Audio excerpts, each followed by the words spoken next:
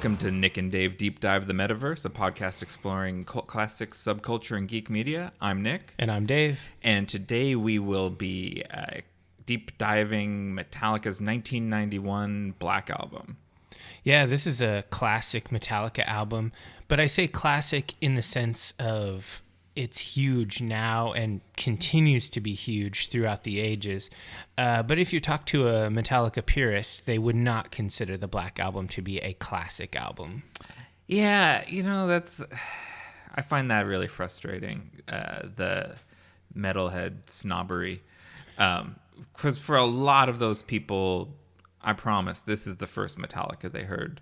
Well, I think that snobbery in heavy metal it's just part of it. You have to deal with that elitism. That's kind of part of the DNA of metal.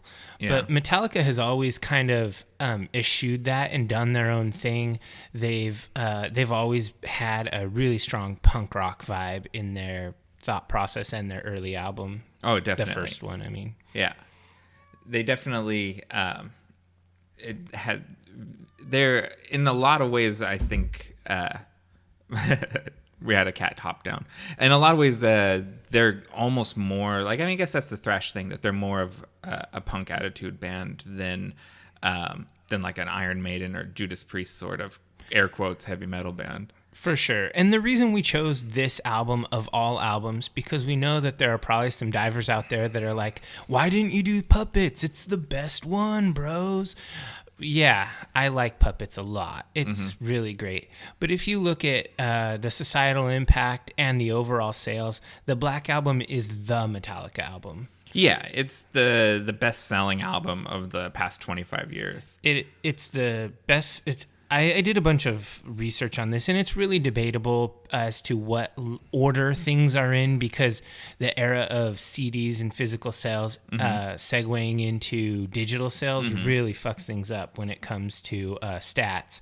But this is roughly the 28th best-selling album of all time, of all albums. Yeah. And that's huge when you consider that list includes things like the Beatles and the Led Zeppelin albums, the things back in the day when the record companies controlled what you had access to, before we had a lot more freedom of listening choice. Oh, totally.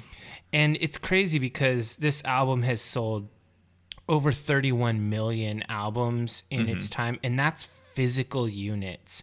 That's not even digital sales. Yeah, it's, 16 times platinum? And I think at 10 times platinum is certified diamond. So it's like, it's beyond diamond. Yeah, this album is one of those sort of meta albums that's, you can compare any heavy metal album to this. It's one of those kind of enshrined in the Hall of Fame of all albums, period, let alone metal subgenre. So that's why we chose it. And we were talking about this is really where Metallica changes their gears and kind of becomes like a mega band.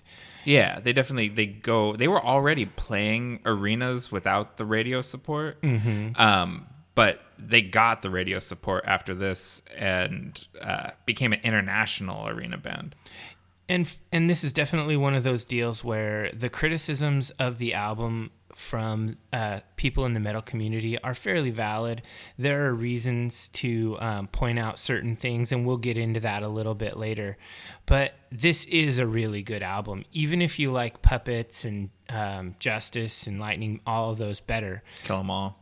This is, it's weird because it feels like those second, third, and fourth albums are like a trilogy, whereas Kill 'em All and Black Album don't fit the mold with those albums.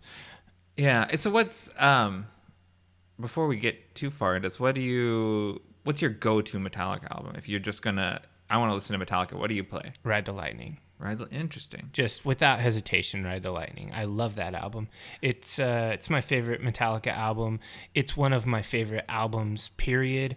I think it's nearly a perfect album. Okay. And a lot of people would say those exact words about Master of Puppets. And it's always a thing with metalheads. What's your favorite one? How about you? I play Kill 'Em All a lot because I'm a punk and it's Yeah, punkier. you're a little more of a punk than me. and then probably weirdly Garage Inc. Really? Like I love all the Garage Inc. Not even Garage Days Revisited, the original? Garage Days Revisited is like half of Garage Inc. So sort of. They re-recorded it all. oh, did they really? So okay, I have to maybe look at my Spotify and see which one I actually play. Yeah. But I mean, it's the same lineup of people. Like Jason plays on both of those. Yeah. So it's not like a big change, and we'll get into bass playing later. But anyway, I guess back to my point, so we don't drag this out too long. The reason people criticize this album is not because this album is bad, but it's because the other albums are so great. Yeah. That doesn't make this album a poor representation. And expectation is something I bring up a lot. Expectations kill your ability to appreciate something because you're measuring it against what it's got to be in your head. And if you're measuring this against something really punky like Kill 'Em All or pure Bay Area thrash like those other three albums, it doesn't jive with that, and therefore you knock it down. For sure. And even your memory will play tricks on you. We were talking about what Metallica albums to choose and what eras of Metallica. We did a lot of talking about this band. And you said, oh yeah, Reload, that was dumpster of an album. And I started listing tracks off of it, and you were like, oh yeah, that's actually a good album. Yeah, it was. I had it in my head that Load was all right, but Reload was really bad. But most of the tracks I thought were on Load were actually on Reload. And so it just... I feel like you could take Load and Reload and take all the best tracks off both and make one killer album. Yeah, probably. They just didn't want to cut the fat. Yeah. It was supposed to be a double album, and the record company kiboshed that and made them do 2 individual releases for better sales. So that's a studio intervention, huh? Yeah. Anyway, that's not Black Album. Let's save the rest of this for going forward. So what have you been up to? So after we recorded the Bill and Ted podcast the other day, I went to go see a movie.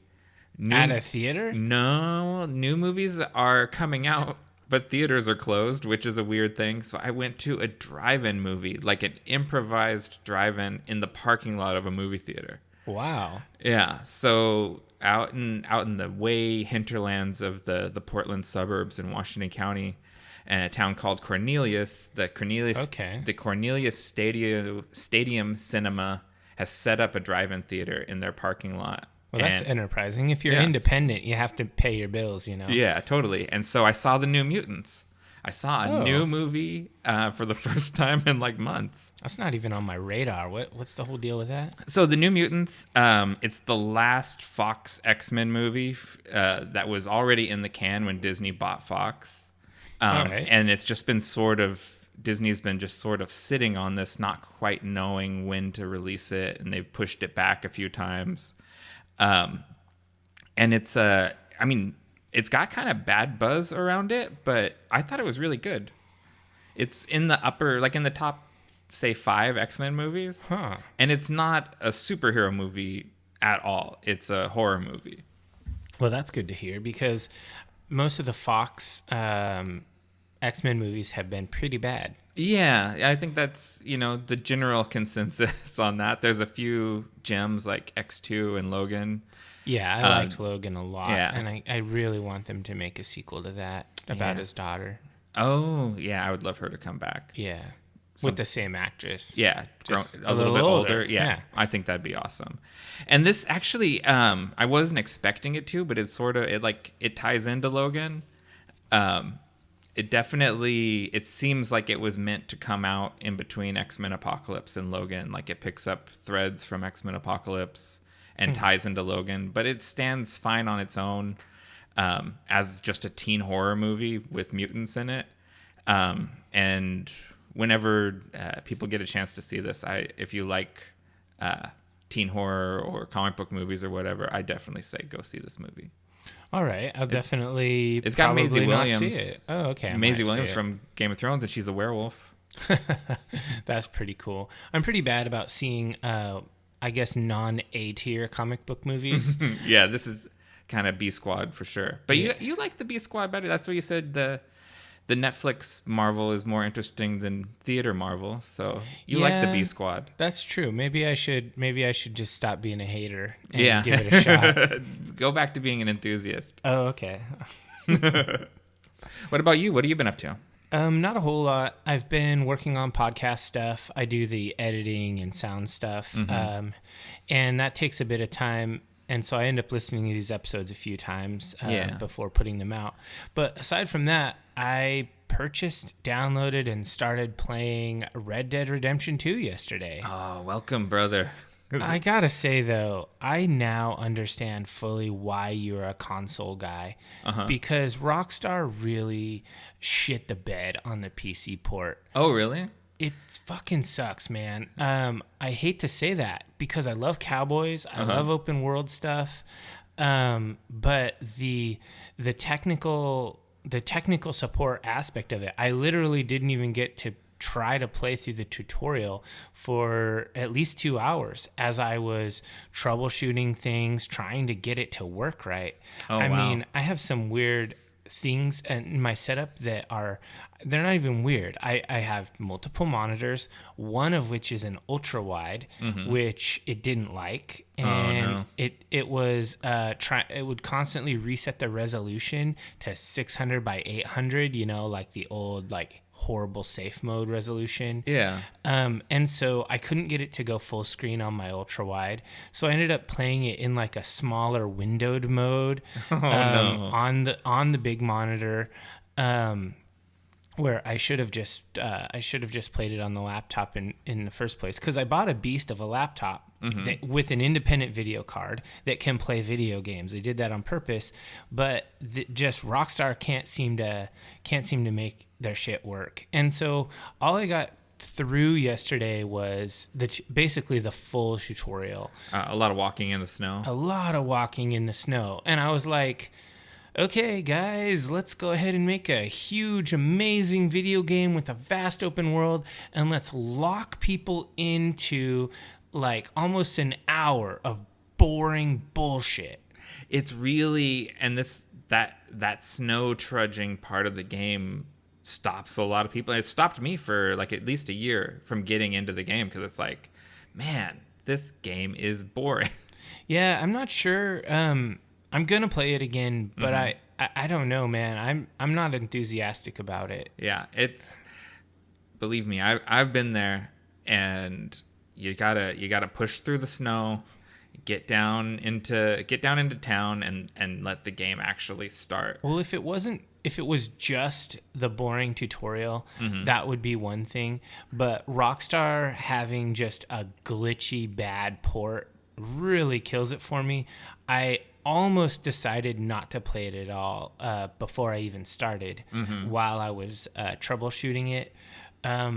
But I decided to just, close it down, go and mess around on the internet for a while, come back to it when I'm less irritated. And I finally got it to work in that windowed smaller mode. And it still doesn't perform very well. Oh, that sucks. It's weird. A lot of the YouTubers that I follow that post Red Dead videos and stuff play on PC.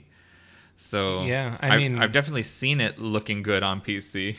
Yeah, I'm not sure exactly what they're doing. I've watched several videos on how to make it better, but whatever. It's like a big Russian novel. You've got to push into this, and you'll be a better person on the other side of it. But you need to push through the hard part. Man, I was putting it on, downloading it on Steam, and I was just thinking to myself, I could just download Skyrim and play that again. Oh man, Skyrim is great. Red Dead is so much deeper than Skyrim. They're on different planets. Wow. But I was there. It took me a year and a half to of little playing for a second and getting frustrated and putting the game down before I really got into it. But once once I was hooked, I didn't even get dressed most days. God. I just played Red Dead in my pajamas. It was 9-hour sessions. It was your COVID job. It was on my Coronacation, I lived and breathed Red Dead almost the whole time. All right. Well, that's all that I've been up to. Let's get into our podcast fuel. Okay. So the podcast fuel last time was a little bit of a dud, or at least in that Dave really hated it and wouldn't drink it. Hey, I mean, that's not bad. That's like less than, you have a better than 90% average. Yeah. So this time we wanted to theme it to the Black Album. I couldn't find the Metallica beer from Stone, their Internight Pilsner. The closest place I could find it online or on Untapped is in like a level 1 evacuation notice. So I decided to not drive into the wildfire to go procure a really by the numbers Pilsner beer. Yeah, but Stone is really good. Yeah, I've had it at the brewery, but not going to brave. No, don't brave the fire. Don't brave the fire to go get it. Pray for Oregon. So anyways, I got the Elysian Dark of the Moon Pumpkin Stout. It's one of their famous pumpkin beers, and one of just a handful of pumpkin beers I actually can stomach. Yeah, it has this really cool werewolf on the label, and of course that ties in with Of Wolf and Man. Mm-hmm. The beer itself is Black as Night, and this is the Black Album. And the beer's pretty good. Yeah, it's a pumpkin stout with chocolate and cinnamon, 7.5 ABV, and it tastes like a pumpkin pie to me. It's delicious. I mean, it tastes like a Guinness with a pumpkin pie pureed in it. Yeah, but yeah, I guess when you're an alcoholic, that tastes like pumpkin pie. Yeah, I mean, it's good. I'm not a stout guy. Mm-hmm. Guinness isn't my go-to beer. But I like it. And one thing that I find that people do wrong with stouts is it has that weird, there's that aftertaste that all stouts have that's kind of licoricey and savory almost, and a little bit sweet. Sometimes when you are drinking a stout, it's just, that's all you can taste. It's like you took a mouthful of licorice and malt, and that's all you can do. Yeah. This is a lot lighter. It's a lot more subtle than that. Mm-hmm. You can actually taste the different parts of the profile. Yeah, and it's sweet without being cloying, which that cloyingness is something that'll, even though I love stouts, will just kill a stout for me. I can't, if it tastes like I'm drinking syrup, then I'm going to have a hard time finishing a bomber of it. Yeah, I'm not into that either. But this beer is pretty good. It's not my favored style, but I'm definitely going to finish it. Cool. All right. Well, let's take a little break and then we'll get into this.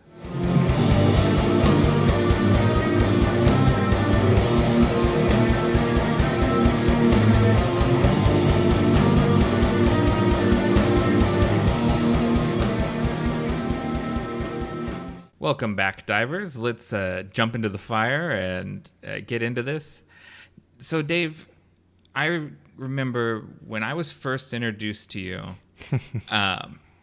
we both worked at the same department store. You worked in the shoes department. Yeah. And one day you were walking by, I think, to go clock out or something, and one of my coworkers pointed at you, and he says, "That man there knows more about Metallica than anybody." And you smiled and kind of like straightened your shirt, and you said something to the effects of, "I'm glad my expertise is being acknowledged," or something like that. And that started a long friendship between us, not just because you liked Metallica, but just because cracked me up then. Yeah, I mean, I hate. Oh man, where am I going to start with this? But I guess when I was a kid, my brothers, I have two older brothers who are a bit older than me, and they're both thrashers. They're both metalheads, still are. And they got me involved with music that was way above my age. So I was like a 9-year-old listening to, thrash albums. Like I was listening to Megadeth and Slayer and Metallica. But for me as a kid, the band that really spoke to me and I could just jam on the most was Metallica. So they were the most musical and the most likable to me. And this was before the Black Album came out. This was, in the 80s. Yeah. So I was listening to And Justice for All, and I remember when I was a kid, I had I got for Christmas one year, I got a Sony Walkman, like one of the nice ones that would reverse the tape for you. Mm-hmm. Oh, it gets to the end. Yeah. Did it have the sport mode or whatever, so you couldn't jostle it? Well, I mean, no, it's a Walkman, like Oh, a tape yeah, player. not the CD player. Yeah, and so I also got And Justice for All, Ride the Lightning, and Master of Puppets, my own copies for Christmas that year. Mm-hmm. And I'd been playing dubs, like, Yeah. And the thing about dubs is that these albums are fairly long, Mm-hmm. so you end up having to have like the long tape. So you have a bunch of like dead time, Mm-hmm. and the actual like studio version, the proper version, it ends when it's supposed to end, and so it can auto flip. Yeah. Anyway, long way of saying, I played these on repeat constantly throughout my childhood and early teenage years, and that made me a super fan. Mm-hmm. And as a teenager, I go down to the Recycled Sounds record store in downtown Vancouver. And I would look for Metallica bootlegs, and I would buy things like rare live albums from early on, like ones that had like Dave Mustaine on them. All those German imports in the glass case at Recycled Yeah, Sounds. and back then, like those were like $20 or Yep. $25, and I would just drool over them and have to decide which one I want to get after I'd been saving up. And by this time, when I was buying imports, I was like 16 and working at the store. Yeah. And I had read everything there was to read, and I had listened to every interview you could find. I had I had all the tapes and various things you could get. So yeah, I was definitely a super fan. I'm still a metal super fan. And this album, when it came out, I was one of the ones who was like, "What?" Oh, and you didn't like it? Or you had to talk yourself into it? I had to talk myself into it. It was not the same, and I wanted another Justice, but with more bass. But I didn't get it. Justice for Jason. Yeah. And so, yeah, I'm definitely a super fan of this band, and there have been, I would say, ebbs and flows in my relationship with this band throughout the years. But as of now, I'm fully on board. Yeah. I would definitely go and see them in a minute. I'd pay a lot of money to go see them, because last time I didn't do that, I regretted it afterward. So I was thinking about this. I remember going to see Metallica twice. Mm-hmm. Were those the only times that you've seen them, or have you seen them more than me? Did you go to that one show where Candlebox opened for them? No. In place of Alice in Chains? I did not go to that one. I did, and I was pissed. Oh, I hate Candlebox. Because I love Alice in Chains. Yeah, I went to that one, and then I think I've seen them twice with you. Okay. Oh wait, did you go to that one in Seattle? No. The one where they had the weird modular stage and stuff. So I don't know how many times I've seen them. Okay. So I think you saw them once before me, and then you went to the Seattle show, which I did not go to. So you've seen them four to my two. Yeah. And I definitely want to see them again, especially because I think that the new album is pretty good. Hardwired is a good thrashy album. Yeah. I mean, it's something that just like really deep diving Metallica for these last couple of weeks has sort of reignited an enthusiasm that I'd forgotten about, how much I love these songs. And those were good shows. The two that I went to were really good. So. Oh yeah, they definitely always deliver. I think that's always been one of the big strengths of Metallica, is that in a live venue, everyone goes away enthusiastic. Mm-hmm. They really great crowd work. Yeah, for sure. James is really, really good at that.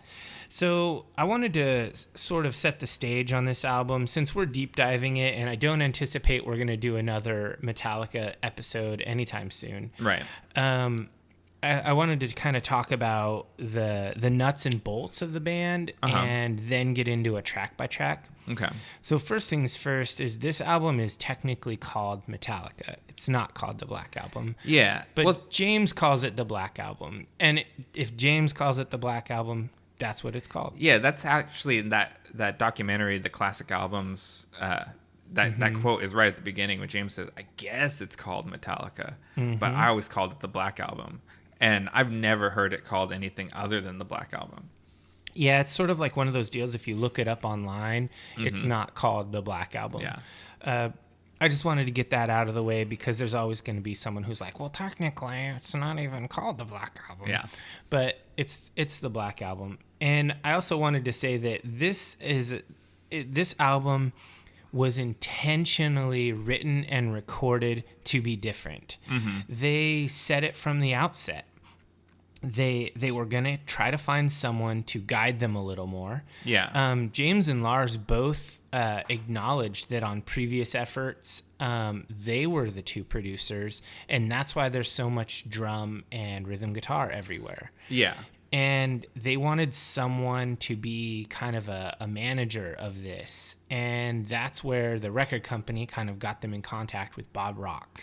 Yeah. So Bob Rock is a Canadian producer, has just produced, just loads and loads of really influential records. I was surprised when he starts listing off his CV in the year and a half with Metallica documentary. He recorded like all of the good Vancouver hardcore punk bands from the 80s, like Pointed Sticks and Subhumans and everything. And I was like, I didn't know that he started out in that scene. Like, I like those records.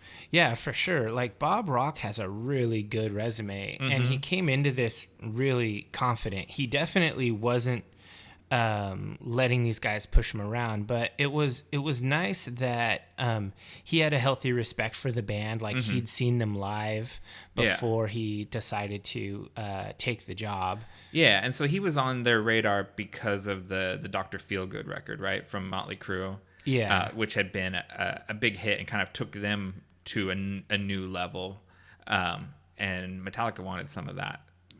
And I think that the reason I bring up Bob Rock first and foremost is because the amount of influence that he had on this album, it can't be understated. He is the one who kind of navigated this album to be just a smash super success. Yeah, I sort of like Brian Epstein with the Beatles, you think of Bob Rock as the fifth member of Metallica, or at least for like my time with Metallica, the 90s, like Bob Rock was the fifth member. And he's a really good musician, and he's got a really good ear, and he really kind of takes everything and makes it more pop oriented. He does things like tries to have them map their BPMs to be like exactly 120 rather than whatever the drummer kind of feels when they're vibing, or whatever the guitar riff was written. He'll have them replay it. And one of the criticisms I have of this album actually is that decision to make it so homogeneous in its beats per minute.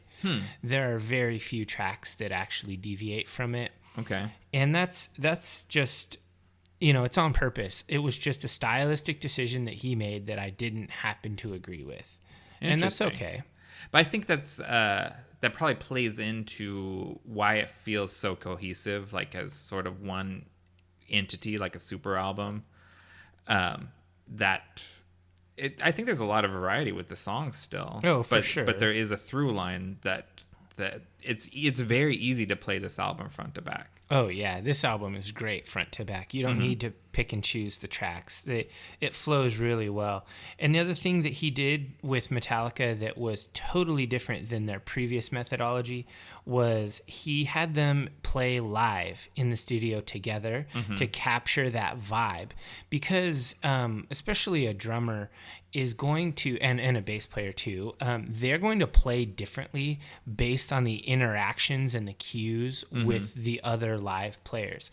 This is why he wanted to do it. In previous sessions, Metallica had done things like, they'd rehearse the songs a lot on their own, and then they'd have Lars go in with a click track and just play it through on the click, and then James would add his guitars, and then everybody else would add in.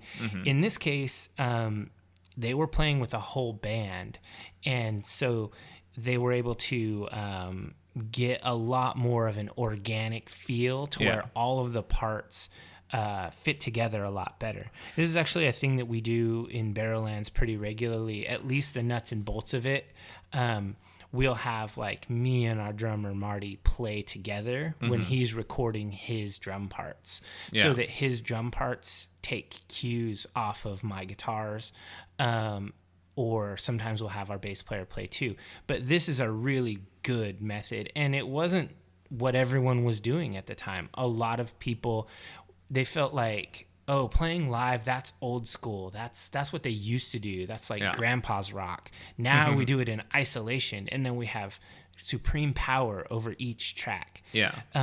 It's gone back and forth on recording. Like all the digital boys nowadays, which pretty much everyone's digital, they do things in extreme isolation. But a nice thing is that with all this extra technology that you can have for cheap now, they had back then, but not for cheap, where everyone's part is simultaneously being recorded. And then you can listen back to all of them. You can be like, okay, yeah, Kirk's part was shit, let's delete it, and have him re-record to the whole band playing. And by delete it, it's literally pull the tape out, cut it with a razor blade, and tape in a new segment with tape. Watching them do that stuff, I'm so impressed with how. Yeah, I can't remember the guy's last name, but it was his name was Ross, like Razor Ross. Yeah, and he's just like a master of this. So this was all totally, analog tape cut and spliced. It's just amazing. It's pretty impressive. They spent $1 million recording this record. Oh yeah, and turns out it was worth it. Yeah, because it's like almost 9 months in the studio. Most of that in one-on-one in LA. Yeah, and these are San Francisco guys. They're not from LA, so they're like staying in hotels and stuff, and they're not loving LA. Yeah. But that's kind of getting ahead. I wanted to just sort of talk about the other things that were noticeable on this recording before we go track by track.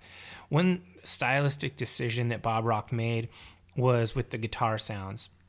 He had them do layer upon layer. James would play his parts with, like many different guitars, many different amplifiers, and they're all present in the mix, just at different levels. And so what that does is it makes for just a super thick, saturated sound where the guitars just sound crushingly heavy. Yeah, he said so. I think they're always like at least 3 guitar tracks. There's a left, right, and then a thickener track is what they called it. And I thought that was really interesting. Watching it was what they recorded up at Bob Rock's home studio up in Vancouver. Watching James play all these different guitars, like the hollow body guitar, and you just like my image of him in my head, it always has that Explorer. Yeah. And how about when he plays the double neck SG and he's like, it's like Led Zeppelin style. It's really interesting to watch people's influences come out, like Brian May from Queen, but Jimmy Page from Led Zeppelin and Brian May, both big influence on James. And just about any time you see Kirk pick up a guitar, he'll play like a Hendrix riff. Like that's like the first thing he goes to. Yeah. And I think it's just interesting to see, like, you get a peek into their like teenage Guitar Hero days. Yeah, and I bring this up because this is not this is another stylistic decision that is not a universally agreed upon thing. In metal, it's pretty common for people to do this with just a wall of guitar sound. But it's also similarly common in modern metal to do single-tracked guitars. Like, for example, when Lamb of God recorded, when they record their guitars, each guitar player has one track and they play it one time. They may have to punch in, punch out, but there's no doubling. And the reason for that is that you really hear the nuance of the playing. You get to hear, the guitarist's decision on pick attack, the way that they're holding their guitar, where in relationship to the pickup they're choosing to strum the strings. There's a lot of nuance that goes into making that sound. And if you choose to play in a wall of sound method, it's not super important that how each track is played, because it's all being layered, and you really do lose kind of the subtlety of the playing.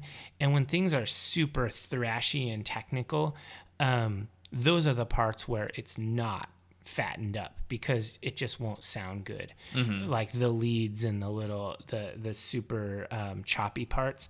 It's just when you want heavy, they give you this fat wall. And, I think you can overdo that, but I think because of the, both Lars's good ear and Bob Rock's good ear, they kind of know when to do, like, when to lay it on thick and when to pull back. It doesn't have, even though it's a very produced record, it doesn't have that overproduced sterile quality that turns me off. Like, it's not like a Disturbed record. Well, I think that it would have that sterile feel if they hadn't done it live. Oh, yeah. The initial drum takes and the bass locking in with the drums and all of that, that's what makes it feel alive. If these were done in isolation, they did overdo it, in my opinion. And of course, this is artistry. Yeah. This is Bob Rock's art. His art is making things sound a specific way that's really palatable to people. Obviously, my genre of music is not that palatable, but I prefer a more nuanced guitar playing style. Interesting. Yeah. I don't know. I guess I go both ways on it, because, like, I think the best, like, Misfits recording is that 12 Hits from Hell that didn't really get released because Danzig and Jerry quashed it, but where they double tracked Bobby Steele and Doyle's guitar tracks. Just sounds thicker and it heavier. just sounds thicker, and Doyle's guitar playing has a lot of holes in it, and like, when they play live now, they've got a guitar player standing behind them kind of filling in. Yeah, I mean, basically let's not talk about the Misfits. We could do a whole episode on the Misfits. That might be for sure. fun. Okay, so let me not belabor all of this too much. The drums, interesting thing about this was we already mentioned it. This was in the day of cutting razor blades on tape. All of the parts, all of the songs, not a single one of them survives intact. They're all super takes. With Lars playing it many times, which would be so much easier nowadays, because you can actually do, like, sound replacement with drumming, especially because it's such a staccato thing, like whack. You can just literally pull that out and replace that exact sound with a different tone. So they wouldn't have to do it. And I found that to be pretty interesting. And I guess if you're doing a mega studio record, that's what you do. But nowadays, I don't support that kind of mega track thing. I would much prefer to hear a drummer play it through, or play most of it if you're going to splice 2 or 3 takes together, not like total Frankenstein. Well, then so in the Classic Albums documentary, when they go through and isolate individual tracks and stuff, if there is just sort of one Frankenstein tape, how does that work? How do you slide one knob or lever and then just hear the guitar part? Or well, I'm not a audio engineer, but basically those tapes, those really wide tapes, they have bands of sound across it, kind of like a record has bands. Oh yeah, or like a film strip, and you have the audio kind of running down the side, and then you have the video next to it. Okay, and so when they're sliding those levers, it's blocking out. Okay, and it's literally like lifting heads off of it. Yeah, like the magnetic wheel thing. Yeah. Okay, well, you answered my question. Well, there you go. Thank you, Dr. Internet. Hey, I actually just knew that off the top of my head. He did not get out his phone. He just told me. So a couple of things, and these next 2 points, I'm just going to kind of bundle them together. Tempos and song structures. I already touched on tempos.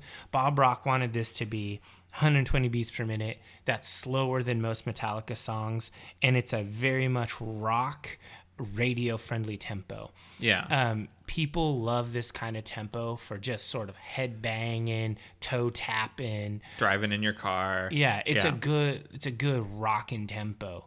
And so Bob Rock was like, nope, we're doing it this way. And then you even, in some of those documentaries, which we watched several of, James even comes to agree with him. He's like, yeah, some of those parts, when I played them faster, I thought it sounded cool, but it ended up being rushed when I put the vocal over it. Yeah. It needed that extra moment to breathe in order to have the vocal part make it. And then the other thing was song structures. And this wasn't Bob Rock. This was the band. James and Lars and all of them said that this album was intentionally supposed to be stripped and simpler. Yeah. The last few albums had been sort of stories of excess. They were so complicated structures and sonically, and that's what the Metallica fans wanted. Yeah. They did not want a step down in complexity. If anything, they wanted more complexity.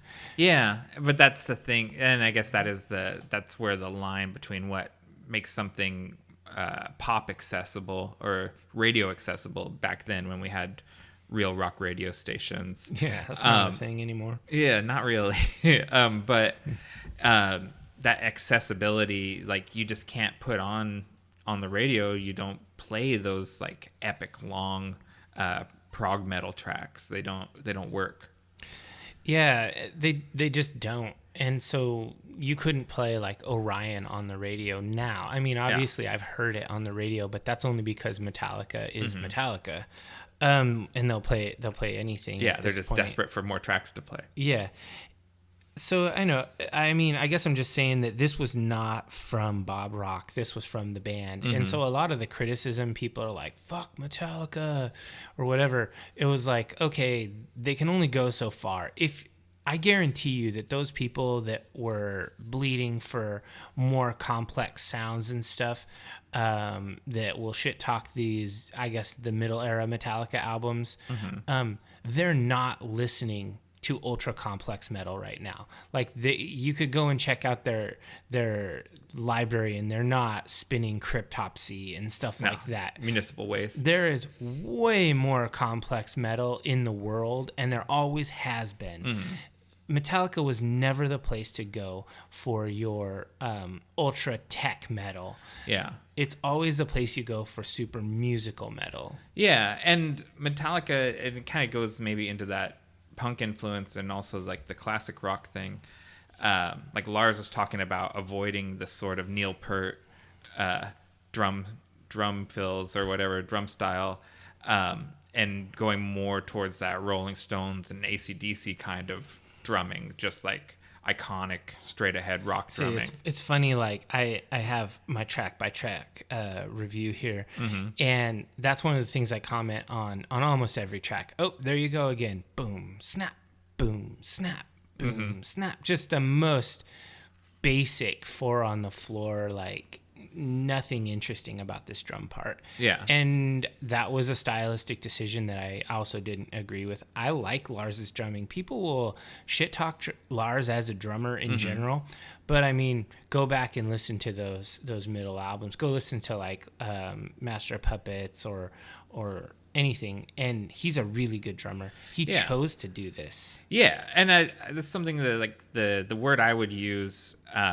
is reliable. Like, he provides that beat that anchors every track, and he does it, with like sort of workman precision. Yeah, he's not a Neil Peart, and he's not a Dave Lombardo even. He's not the over the top bombastic drummer. Yeah. He's the guy who serves the song, which is basically what Metallica needs. And that's actually why this band thrives, is because nobody is trying to be that guy who's super extra.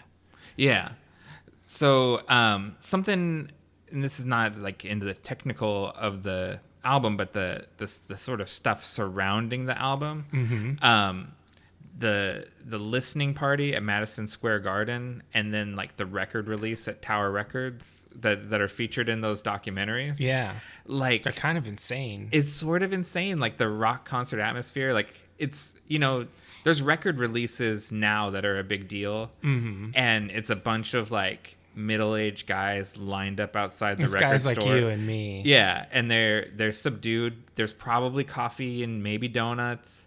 Yeah. But there's no one's like crushing Budweiser and showing their boobs and like screaming when like biting the record and all this stuff. Like, that's not what a record release is like now. This was a special time, I guess, in the 90s. Yeah. I mean, it was 1991, and I mean, the 80s were the thrash era. Yeah. And there were a lot of people who were still thrashers. Like, Oh, all for these sure. people were still, they didn't get the memo. It's the 90s. We don't thrash anymore. Yeah. It's They true. got it when they got the Black Album, though. The thrash is over. It's, yeah. Well, again, Nevermind came out the same year. Yeah, we're into moody, heavy rock now. Yeah. But it just like that just struck me like how different that is. And then like that there's 3 viable formats too. Like you see the displays and plenty of people are grabbing tapes, Records and CDs. Yeah. I was a tape guy. During that era, I was all tapes. Oh yeah. I mean, cuz you had tape, your Walkman was a tape. You had a Car tape. had If you a had a tape. car, it had a tape deck. It definitely didn't have a CD player. Yeah, my first car didn't have either, but that's because it was old. Yeah. But yeah, for sure. I thought those that record was releases were insane. I thought that was pretty interesting, like and they gave it away for free, but just like to fill up Madison Square Garden with people that wanted to just listen to an album and to have a concert atmosphere there was pretty impressive to me. Yeah, I agree. I think that it was a good marketing idea for them to do that. It cost money, but it built a lot of hype.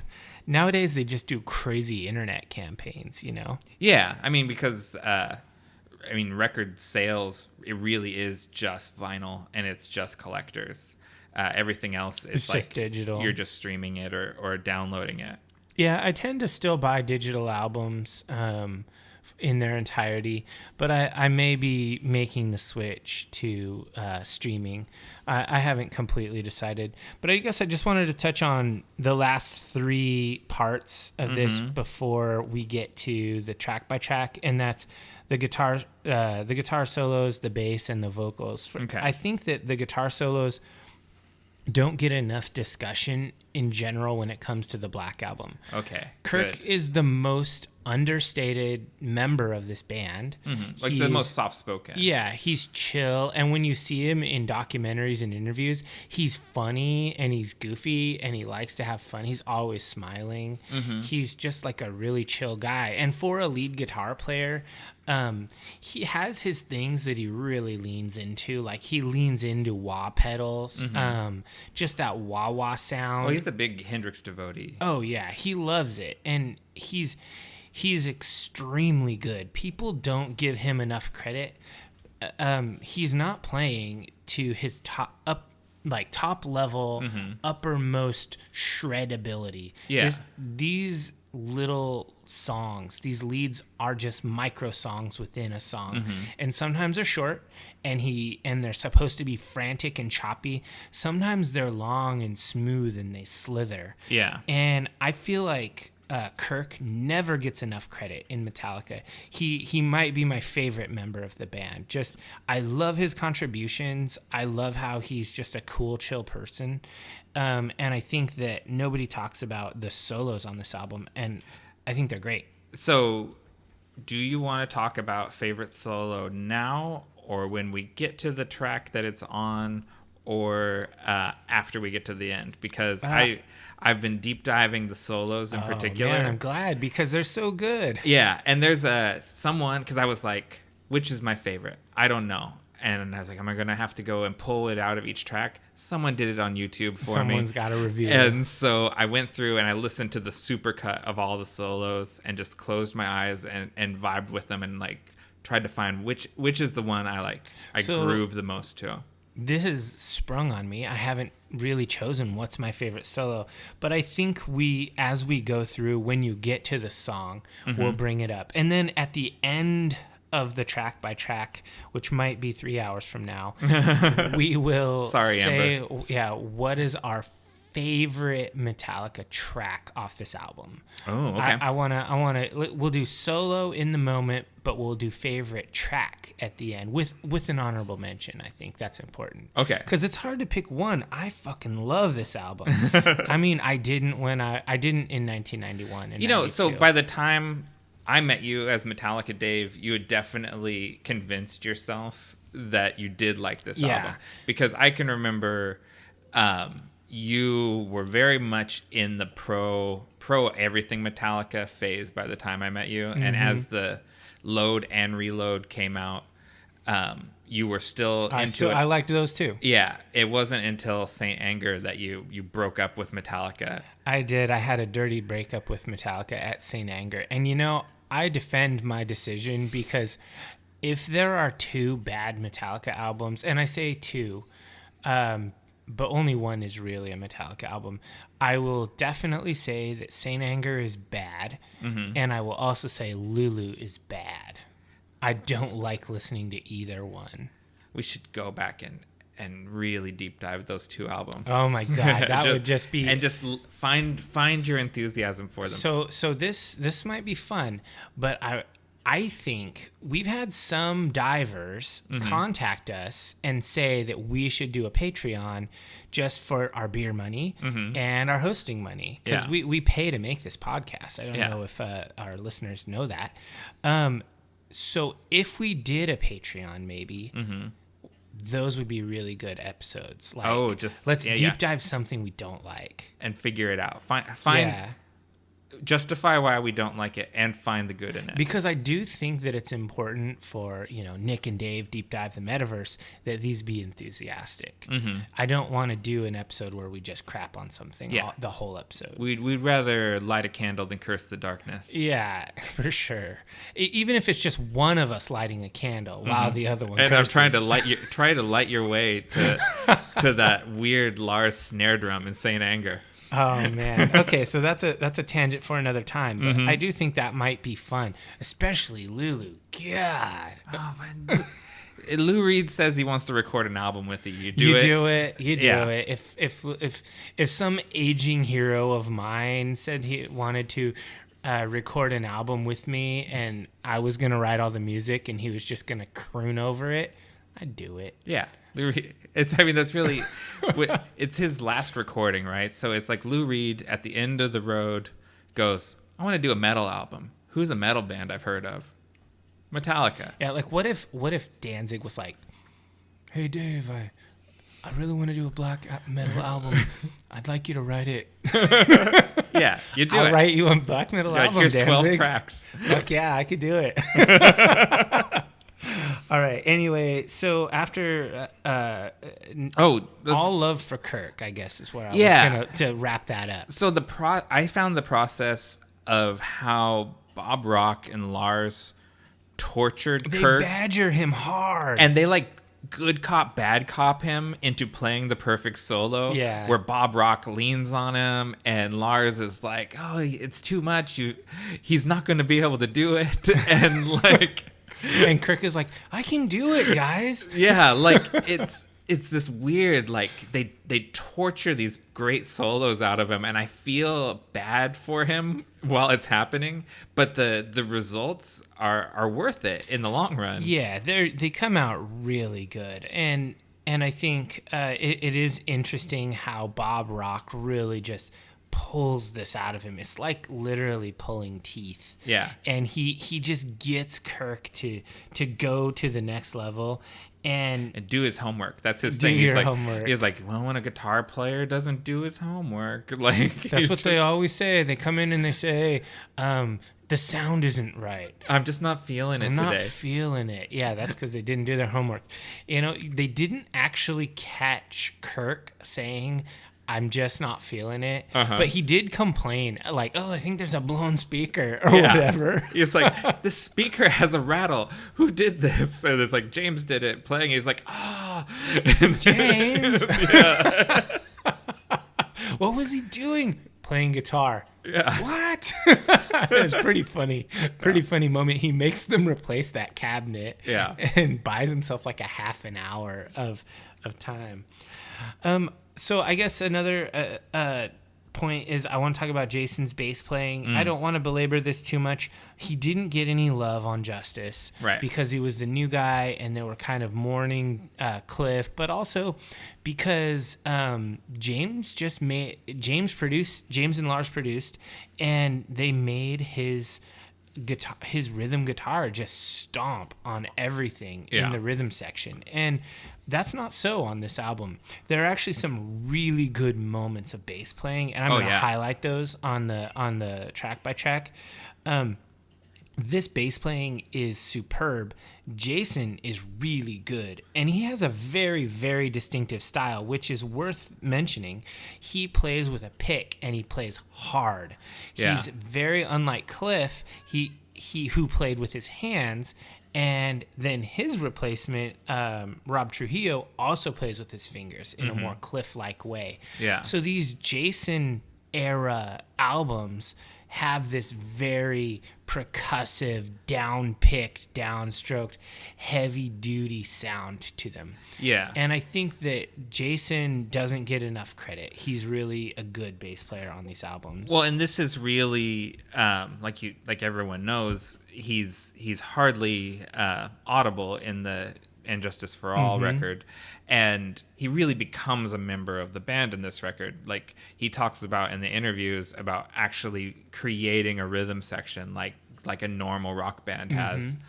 And then I thought that picking thing is really interesting too, because when they record his isolated tracks, they build this wall of foam around him so that the mics stop getting the pick sound because he's hitting the pick so hard on the bass. And that's really interesting that they did that, because like when we record bass sounds or guitar sounds or whatever, we usually put my amp or the bass amp in an isolation booth.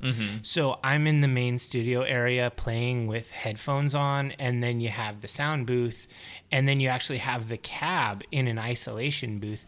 So if I speak up or if I pick really loud, I guess, you won't hear it because the cabinet and the microphone are in an isolation booth. I'm not sure why they didn't do that, but who knows? Yeah, I mean, they did something similar with the drums. Like they hung moving blankets all around him too. So it's like, I think it just has to do with that. The technology of the time, the technology of the time, the studio they're in, and what tools they had readily available. But so, I do. I've got a lot of love for Jason. Yeah. And so I wish he'd kept doing his project that he came out with, the Newstead project. It's pretty good songs. There's just a few of them, but didn't he come out? He just came out with something just in his last couple of months, didn't he? Drop some tracks. I don't know. I haven't. I'm gonna now have to Google that. Yeah. But let's touch on the last thing before we go into the track by track. The vocals. This was the first time we hear crooner James. Yeah. James learned to sing on this album. He blew out his voice doing a lot of the thrashier, shoutier songs, and he actually went and had to get voice lessons.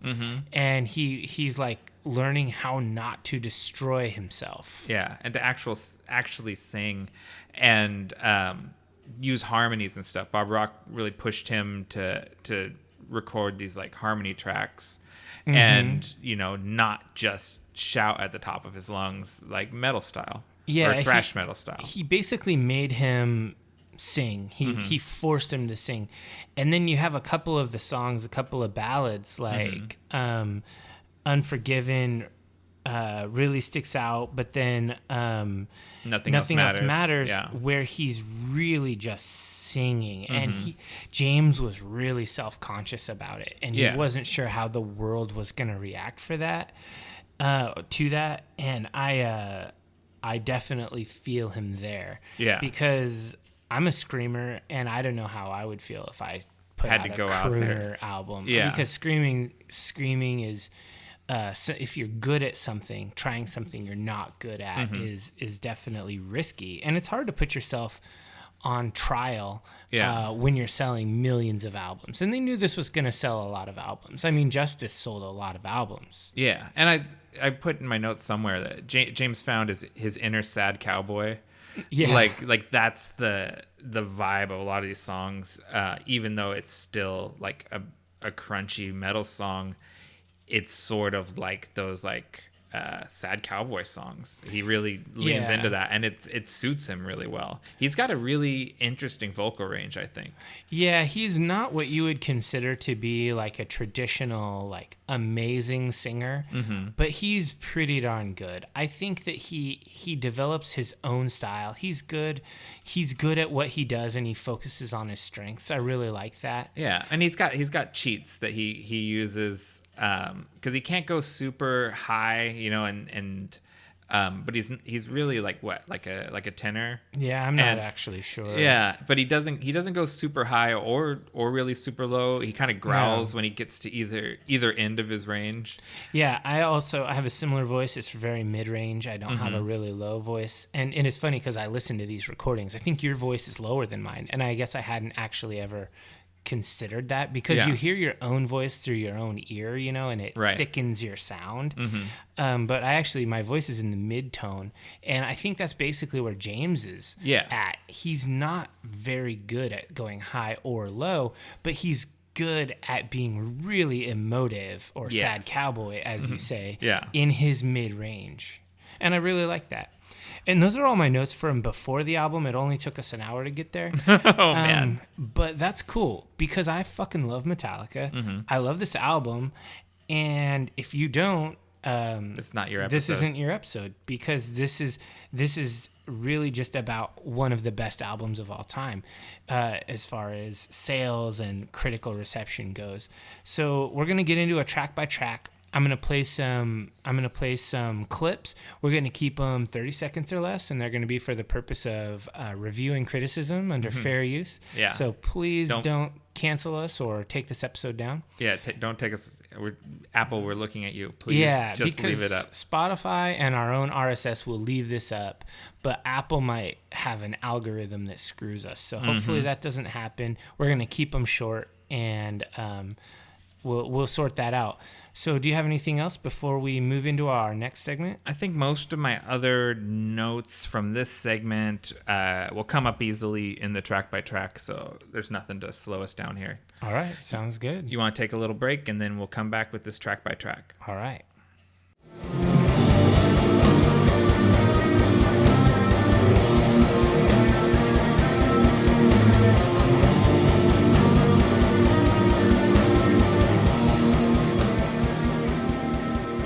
Welcome back, divers. We're ready to get into our track by track, and we're going to start with side 1, track 1, the lead single of the album, Enter Sandman. Yeah, I can still remember this song coming out. It's a serious anthem with the nice screamed vocals, like the exit light, enter night, that whole thing, and the video. It seems like they had the video done just to accompany the first single and the album release. I remember that strobe lights and everything. When you watch the year and a half in the life of Metallica documentary, when they did their album release party at Madison Square Garden, they're showing the videos. Oh, so, yeah. So this is everything is very considered and stage managed for this album. One thing that really kind of hit me about this song was that Kirk wrote it, which is not normal. Most of the time, James comes up with the hook for a song, but on this one, arguably the biggest Metallica song of all time, Kirk wrote the hook. Yeah, so this was built off of a Kirk Hammett riff, and then Lars sort of rearranged the riff a little bit for him. And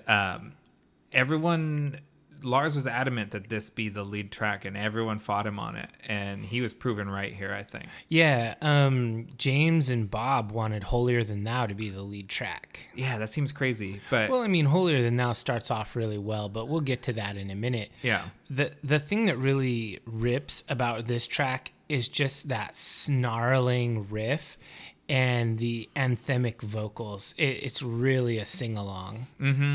And I mean, I've been trying to think. I actually think more likely than not, this is my first real exposure to Metallica. Like, it's possible that one of my Hesher, Child of Summer. yeah, one of my Hesher friends had played "And Justice for All" or something for me before then.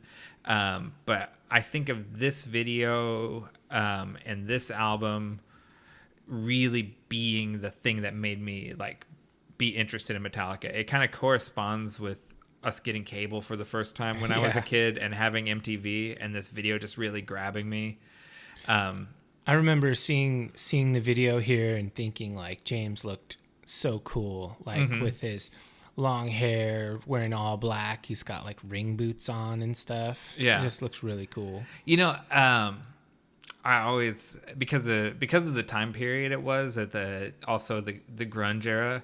I always thought back in the day that James and Kirk's mustaches were pretty lame.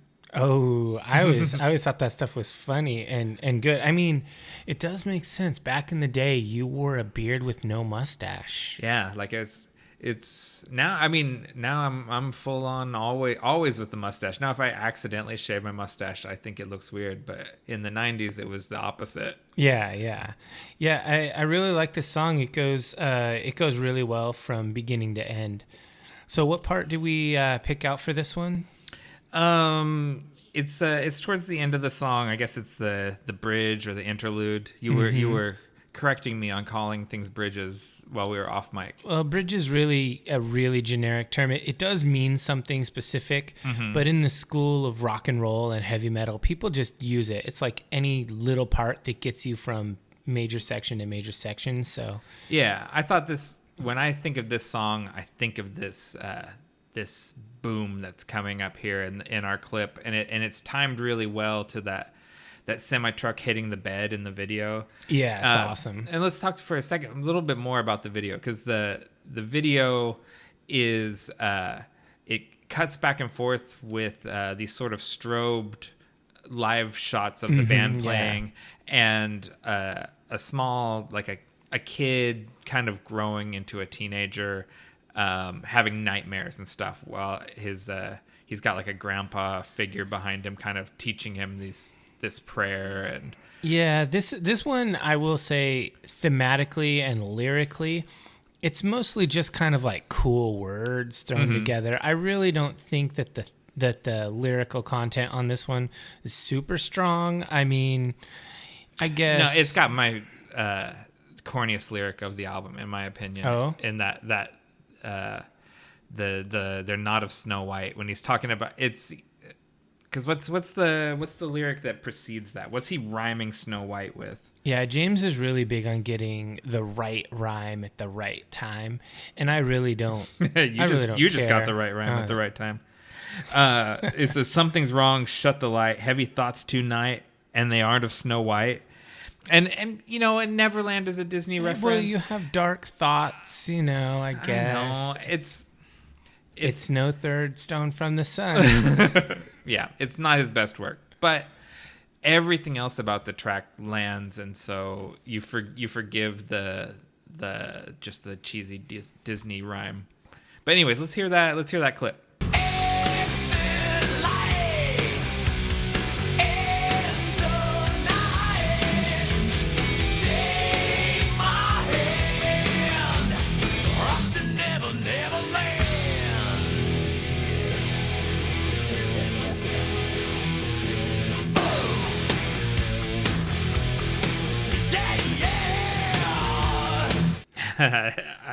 I love that. There's so many James tropes in there, like with his little laugh and the yeah. And another Jamesism that comes up a lot on this album is, I feel like we're dealing with his recovery from his religious upbringing on a lot of these tracks. Yeah, there's a lot of kind of prayer theme, and I don't know, it's definitely their overtones. Yeah, and so he grew up, his mother was a Christian Scientist, and he grew up in a pretty strict religious household, and like, you know, it resonates with me. Like I had that prayer, like a baby blanket with that prayer embroidered on it. So like Wow. I kind of know, like I know what he's talking about when he's resenting his religious upbringing. We got Nick Hetfield over here. Yeah. So, anything else to say about Enter Sandman?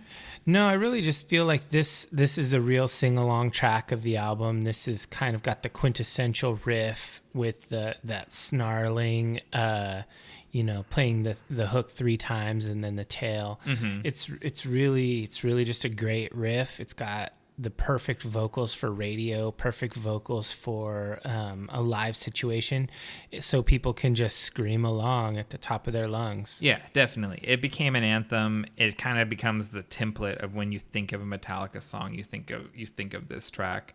It's got a great Kirk Hammett lead. We're not able to pull every single lead, otherwise we do it for all of the tracks. Yeah, I considered trying to do like an intro and a lead section and a hook section, but that would literally be like a podcast series on this album. So let's get on to the next one. Let's go to Sad But True, and we've got kind of the intro queued up. All right.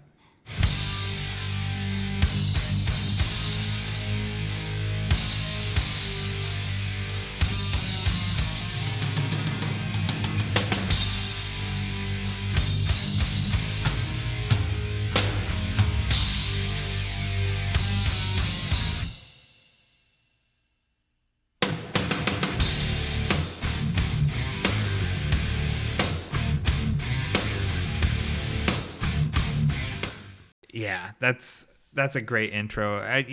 We kind of hemmed and hawed about which pieces to pull out of these songs, and I was like, well, we can't pull the intro off of every song, but sometimes the intros of these songs are the things that you remember. Yeah, that was one of the things that I said, is basically everything resonates in your mind in a certain way, and the hook, the vocal piece, and the intro are the things that resonate most with me.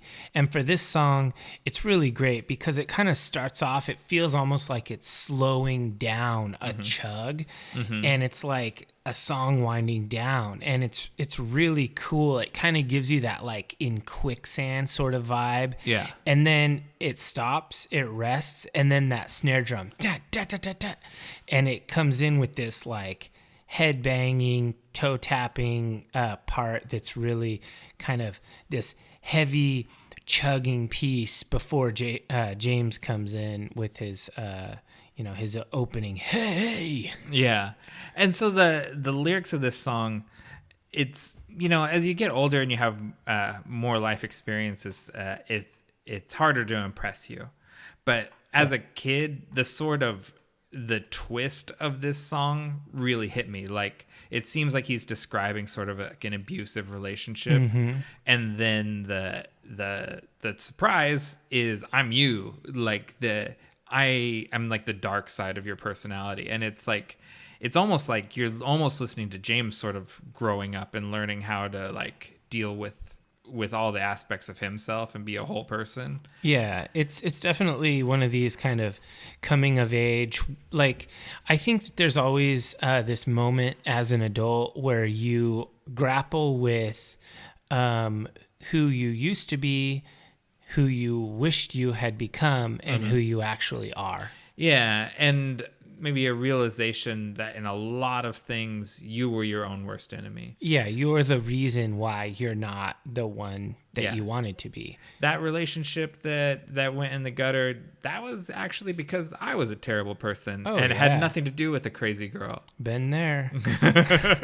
But this song is really good, and it's one of those deals where it feels like it's going to speed up at any moment. Like, I'm waiting for that moment where Kirk's guitar comes in and it just goes off, but you just keep going. It just plods on, and it's got that bass snare, like that really 4 on the floor, that really basic drum beat that he keeps through the whole thing.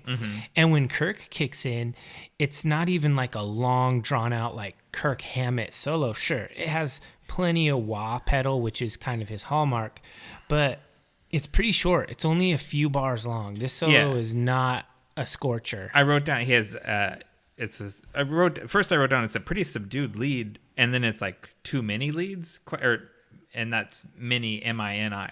Yeah. Like it's like two short leads with a break in between them. Yeah, it does feel like he comes back in and does a short one, another short one, but it's weird. This song actually feels pretty long, given that it never really changes tempos, and the vocals really are carrying the whole thing. Yeah. This song is about the lyrics. There isn't a riff that you could pull out that you think is like, wow, that's one of the best riffs ever. Yeah. They're all just like pretty good chugging along riffs. And this song hits hard live. Like this is one of those songs where the mosh pit kind of like erupts and gets a little scary at a Metallica show. At a big like Metallica or any sort of big radio rock band, you get these the worst aspects of moshing.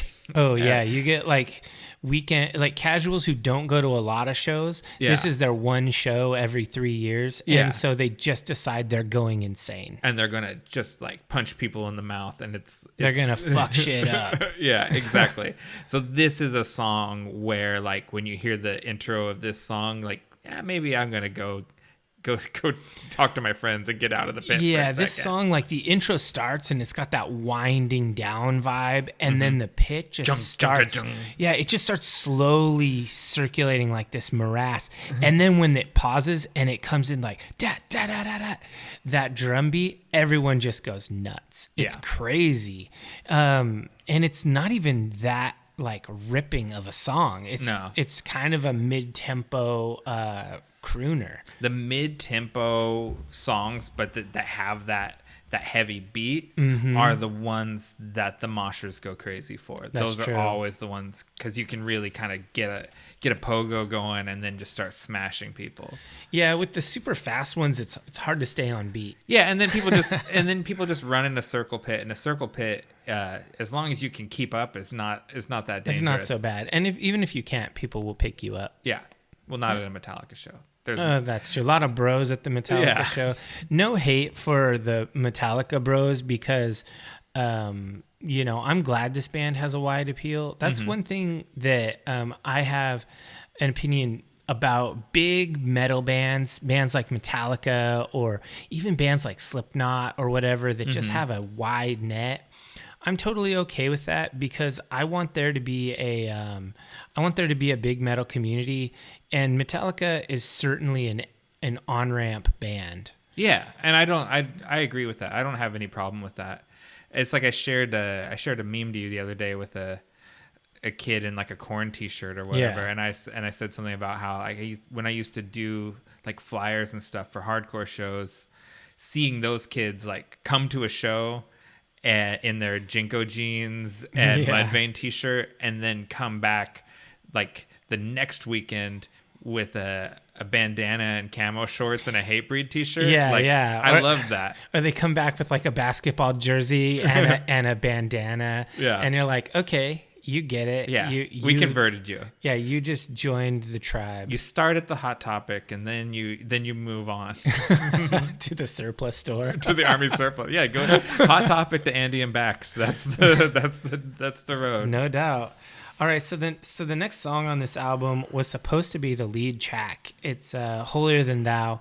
Bob and James wanted this to be the lead off, because the opening is really heavy. It's really fast. It's got a nice kind of jamming part on it, and it's cool because Kirk's guitar almost hovers above the cacophony in this song. He's got a lot of interesting melodic, atmospheric playing, which I really dig. Like, there's a lot of guitar players that do this sort of thing that I really enjoy, and Kirk does it super well.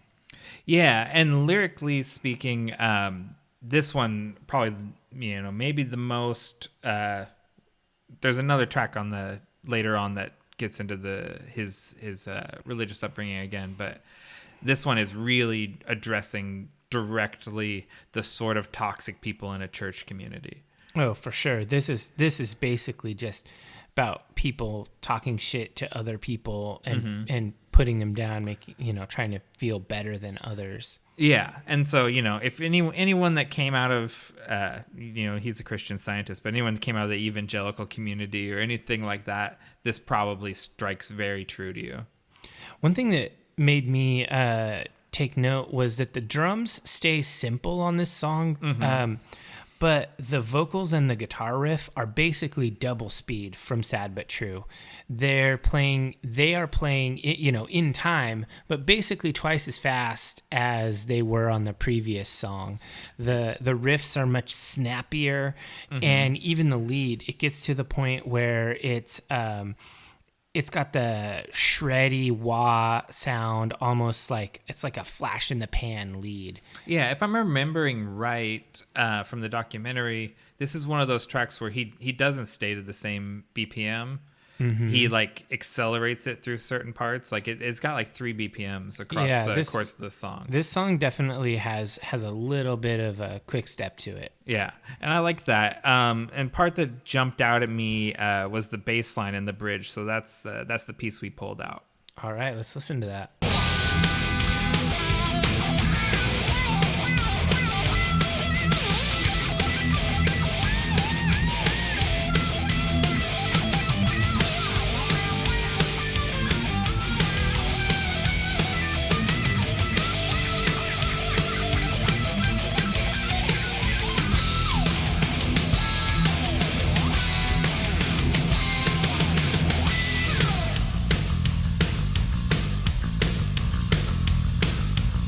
I love Kirk's playing there in his lead.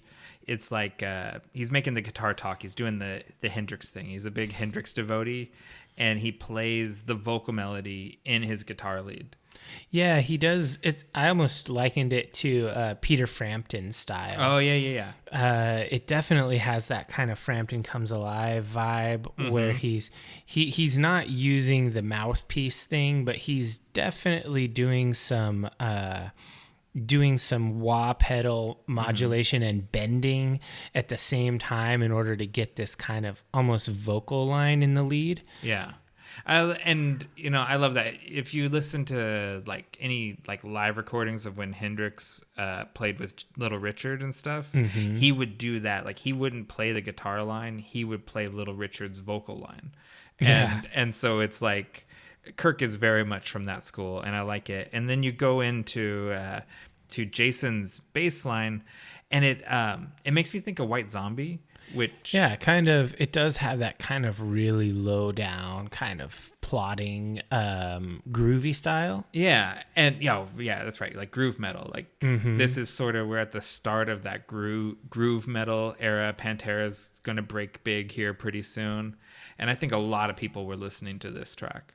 That's funny because it's almost like a portent of the future when they got Rob Trujillo in the band, who's the groove bass player. I mean, he is literally in a band called Infectious Grooves. So. Yeah. And, speaking of him, did you know he is now the longest tenured bass player in Metallica history? That's really interesting. He's been in Metallica longer than anyone else. So now if you say who is the Metallica bassist, it's Rob Trujillo. That's really interesting because probably very few people think of him that way. Yeah, they would say, who's the bassist? They'd say Cliff Burton. Yeah, definitely. I mean, I think... No, Ron McGovney. Super old school. Yeah. If Ron's not on it, I don't want it, bro. Yeah, I didn't realize that Rob's been in the longest. He's also really good. He's really good, and so Rob, he came from... He's not the original bassist from Suicidal, but he started in Suicidal. Yeah. And he played with Ozzy. Yeah, he went from Suicidal to Ozzy to... everyone steals musicians from Ozzy. Rob Zombie always steals his musicians from his Ozzy. Ozzy steals musicians from everyone else. Yeah, I guess when it comes to like these hired gun musicians, it's like the big names like, well, I'll pay you this much a year. And it's like, I'll pay well that. Yeah, that's what Rob Zombie does too. Yeah, basically that's how it works. You're on salary for Rob Zombie. Yeah, because you don't get royalties. Yeah, That's but not how it works. This is not the Rob Zombie podcast. That's true. This is the Metallica podcast. Yeah, and so why don't we play the intro to Unforgiven, and then let's get into that. All right, I love this part.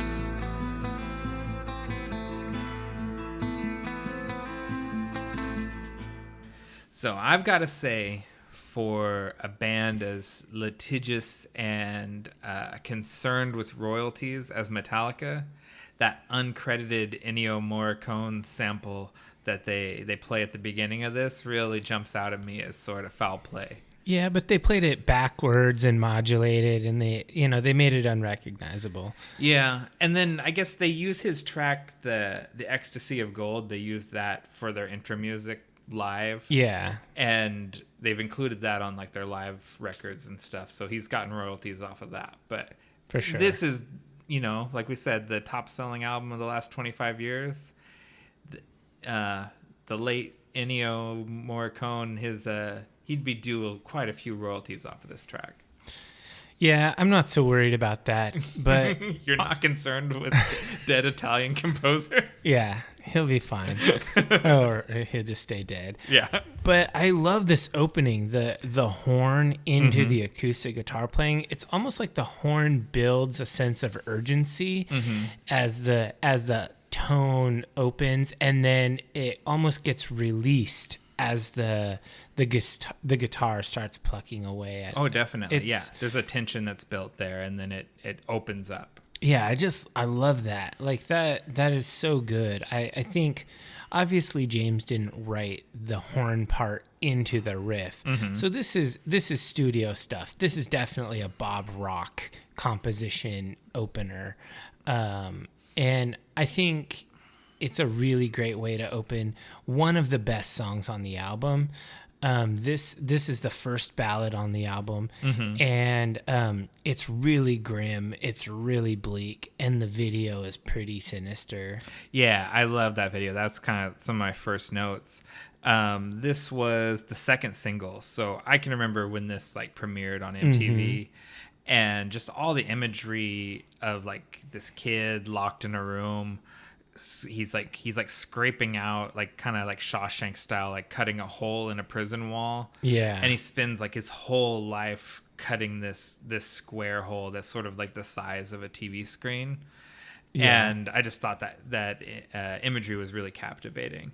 Yeah, this video is really great, but the song just I'm not sure what it is about it, but it's always been one of my favorite songs on the album. It's a really good one where it kind of has James singing out of his normal register. He's singing a little higher pitched in the choruses, and it just sounds awesome.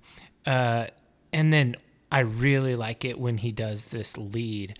The lead starts low in tone, and then he kind of works his way up the fretboard. Kirk, you mean? Yeah. He doesn't use a lot of wah pedal on this solo. It's not the typical Kirk Hammett like wow wow wow. It's really tasteful and musical, and that just sticks out to me.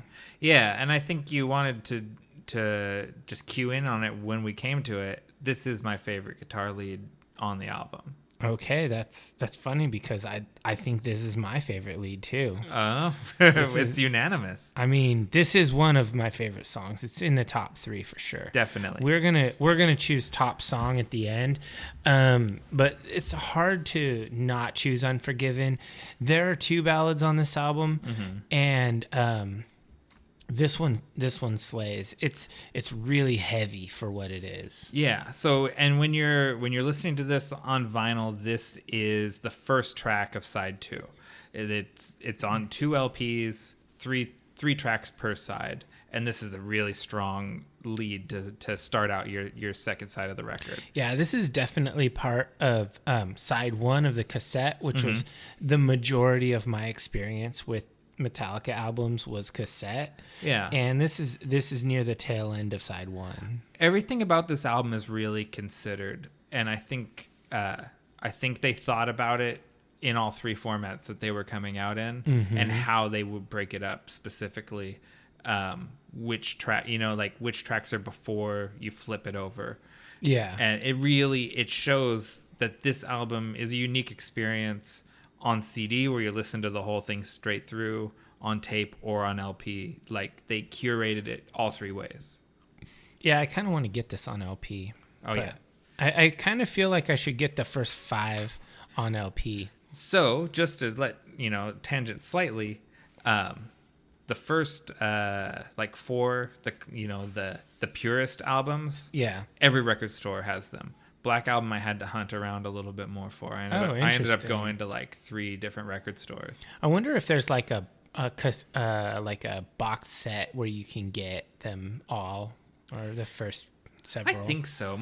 A lot of big bands have that, where you can just buy a box set of all of the LPs. Yeah. They're pretty price prohibitive. I've got the Smiths one though. Isn't there a Misfits one? Shouldn't you have that? Oh, there is not a Misfits vinyl box set. There really should be. I have the CD box set. We all did have that. Yeah, one. I had that too. Yeah. The coffin box. Yeah, that's pretty cool. I don't have it anymore. I think I still have that. That's one of the. Yeah, one you of the might have two. One of the CDs. Oh, yeah. I just inherited your CD. Yeah, I got rid of all of my CD physical media in the form of giving it all to Nick. Yeah, and and Live Shit Binge and Purged got played a bit this last week. Yeah, for sure. I loved that box set. Like the Live Shit CDs, it was all following the Black Album, so it had all these songs on it. Man, that's a live album. Yeah. Oh, definitely. It's so good. All right, so I think we're done talking about Unforgiven. Okay, almost. I had a vision watching the video of this being highlighted on Beavis and Butthead. Okay. And so I went hunting for the clip, and I couldn't find it. Do you remember this being a Beavis and Butthead video? I don't. I remember Sanitarium being a Beavis and Butthead video. And they do. Oh yeah, it's similarly that's bleak. a good one. And they did one as a Beavis and Butthead. Yeah. Video. Okay, I guess I was wrong, but it put me down. I went down a Beavis and Butthead rabbit hole looking for this track. It's funny when we're prepping for episodes that usually like several days, if not a week before we record that media or whatever we're deep diving, it just kind of consumes our lives. Mm-hmm. Oh, definitely. Metallica's been consuming my life for a long time, so that's okay. Yeah, that's really true. Let's move on to this next track, Wherever I May Roam. It was the 4th single they released from the album. Yeah, it has a really interesting opening on it, how they tried to get this opening crash sound, and they tried all kinds of different instruments, and it turns out they settled on a 12-string bass. Yeah, and it gives that Zeppelin-esque heavy Middle Eastern vibes. Yeah, because when they say 12 strings, they don't just mean like 3 basses put on top of each other. It's a 6-string bass with octave strings. Mm-hmm. So when he plays the opening, he's playing a really low note and the octave up of that note. And so it does have that kind of Zeppelin vibe where he used a lot of 12-string guitar, which has that same style. And that really kind of does it. But for me, on this song, that opening lick after the crash, it's almost like mysterious. Like it makes you want to listen more. Yeah, and James is playing an interesting guitar on this too. Yeah, it's a sitar guitar. Mm-hmm. It's like guitarists can play it, but it sounds like a sitar. Yeah, so let's listen to that. All right.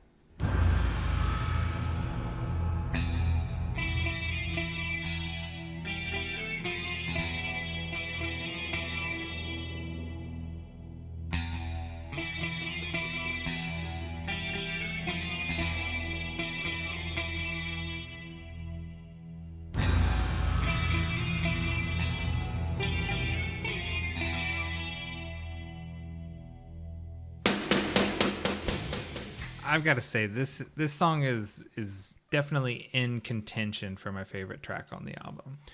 Yeah, I really like the lyrical content of it. I also love that kind of, it's almost like a piano and a gong and a bass. It's all together. It's just this kind of nebulous, weird crashing sound. And there's Lars plays these chimes, which was from that Vancouver session. Yeah, in the documentary, there's a segment where James goes up there and gets some special treatment from Bog Rock. Gets his ego stroked for a few days, like 4 days, and then Lars comes up and gets his ego stroked. He has to take the two egomaniacs out and give them special attention that Kirk and Jason don't get. Yeah, it's pretty funny because when Lars arrives, he says, "All right, whatever you fuckers have been doing for the last few days, delete it. I'm here now." Yeah. And so they give James a bunch of interesting guitars, which, it's pretty cool. We get to hear on this track. Like some hollow bodies, seems like an old Gibson, 12-string, double neck, all kinds of crazy things. Yeah. Like a Dan Electro. Yeah, and then they lay out just a table of odd percussion instruments for Lars to play with. Yeah, like he's hitting like weird random things. There's a scene in the documentary where he's playing the tambourine like really intently. Like he's really focusing on tambourine. Yeah. And so something good came out of this ego stroking. So I'm only knocking it just a little bit, but Kirk should have got that. He should have got that, but he's almost like a hired hand. It's like a really I don't like that about Metallica, the 2-on-2 thing that they have. Yeah, it's a little weird, but it's kind of in modern Metallica, like Kirk and Rob are like besties. So like they do their own thing. It's interesting. Well, I've got the lyric insert from the LP pulled out here, and side one of the lyric insert has a picture of James and Lars at the top, and then side two has Kirk and Jason. Yeah, it's pretty clear. And that's the demarcation in the band. Yeah, speaking of the lyrics, though, I think this song is really James speaking from the heart. Being a road dog after touring the previous album cycles. And then after they record this song kind of becomes like a tour anthem because they play everywhere. They play over 300 dates supporting the Black Album. Yeah, and so that was something I had in my notes. I wondered, did this song start to feel like a curse? Because they basically tour for 2.5 years straight off of this album. Yeah. And then they released the Live Shit Binge and Purge box set, and then tour like another 2 more years on top of that. Yeah. So it's like they basically spend 4 years on the road after this album comes out. Yeah, Kirk talks about it, how it's weird how you're on tour and everything's regimented. You know what you're going to do. You're moving forward. You're on a bullet train. And then the tour is over and you're at home and you have no agenda. There's nothing for you to do, and there's nothing for you to do the next day or the next day. And you just stand there like bewildered, not knowing what to do. Yeah. And so that reminds me of Henry Rollins. He always talks about that, not knowing what to do when you get off tour. And he had there's a quote, and I wouldn't know which spoken word album to pull it from, but he says something about Metallica where he says, if you're Metallica, you go out and you play anywhere that has electricity. And they lived that. Like, they went to countries no one had ever been to. Oh, yeah. They went all over the world. There's indigenous people in those countries. Sure. No rock band had ever been to. No American or European heavy metal band or rock band was playing there. And this song has some significance to me. Like, I felt like this was a real anthem when I was in the military, like moving around, going from place to place, like sleeping on a cot or in the back of a Humvee. And this song is really, really cool. It also kind of throws me back to when I was a teenager and I was playing some role-playing games like Werewolf the Apocalypse, playing a character that's just wandering around the world doing crazy stuff. It's like this song is It's lyrically something that resonates with me for some reason. Definitely me too. Like I mean, for work, I spend a lot of time on the road because I'm a delivery boy, and I'm also a bit of a traveler and tend to be a road traveler. Yeah, I love road trips, man. Yeah, and like when people, What if we did a podcast road trip where we brought recording device and we recorded at different places? that's not a bad sweet idea. road dog episode. We could do that. Let's go down to like Russian River in California. Oh, well, right now most of that drive is on fire. Yeah. But presuming that it becomes habitable for humans again, that's a great road trip. Yeah, we should do that one. I mean, even just in the winter after the fires have died down, just to see the scorched Just see it hellscape, all, yeah. to look at our beloved West Coast just burnt. Oh, It's brutal. Hopefully when this is coming out, everything's cool. But when we record it, it's like smoke everywhere. it looks like the video game Silent Hill outside. It's like it's bleak. There's a like smoke floating just right above the street level. So hopefully when you listen to this is a throwback. Yeah. Hopefully the West Coast is not You're like, still I on don't fire. remember when it was like that. Anyway, so we're Oof. talking about wherever I may roam. It sounds like we're both super enthusiastic about this song. Yes, it's definitely one of my favorite tracks, and Me too. through the documentary you get to really see how James builds out his lyrics, which I found really fascinating, because he has just the rhyme, just the little couplet that anywhere I roam, where I lay my head is home, and then he invents a melody that goes along with the guitar part and then breaks it down by syllables and then fills in words to get him to the hook that he had. And I just thought that was really interesting. So like they show this method on A Year and a Half in the Life of Metallica. Mm-hmm. And I saw that. And that was before I was writing vocals or lyrics for any band. So that's literally how I learned how to write lyrics for songs. That's really interesting. As a guitar player, I write the riff first, and then I just sort of scat nonsense words above it and come up with a melody. And then I write it out syllable by syllable, just like James did. And I used to do, when I was playing with my friend Wolfie, she used to, great drummer, by the way, she used to supply the raw lyrical content in the form of poetry, and I would piece it in and like do like a hack job surgery. Now I do the lyrical production myself.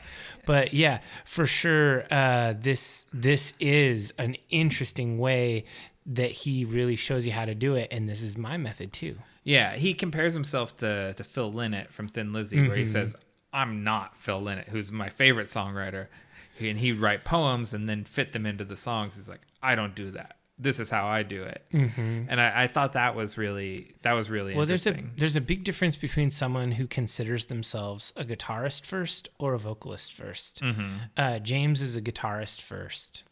I was also, because you brought up Wolfie, I was thinking of your old band Practice Space, because when you see them recording, they have like nudie magazine pictures taped up everywhere, and they actually have like a porno guy who comes in and brings them deliveries of porn.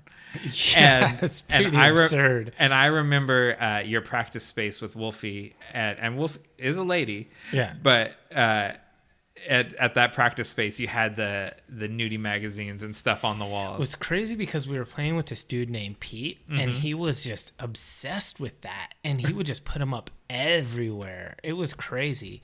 Like the whole space, like Pete had just wallpapered it. Yeah, I remember nudie magazines and a Dio t-shirt that was like nailed to the wall. That was Wolf's contribution. It's funny, and I put the $2 bill on the wall. Yeah, it's emergency beer money. That was a cool space.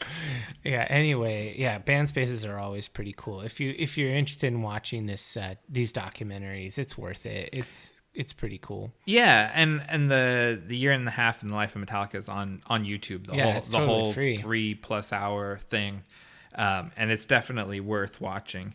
This song also had a really nice salty guitar lead on it that I wrote something down about. It's classic Kirk. I mean, it's got the wah pedal. It does a shred and then a slowdown and then a back to shredding moment. It's kind of like the up down up. It's really good. I like it how he shreds through the outro, and then it kind of like the song ends and the shred trails off. Yeah, it's really good. So are we gonna move on to Don't Tread on Me? We're gonna get into Don't Tread on Me. All right. So this one, it has this crazy opening choppy drum part. It's pretty cool.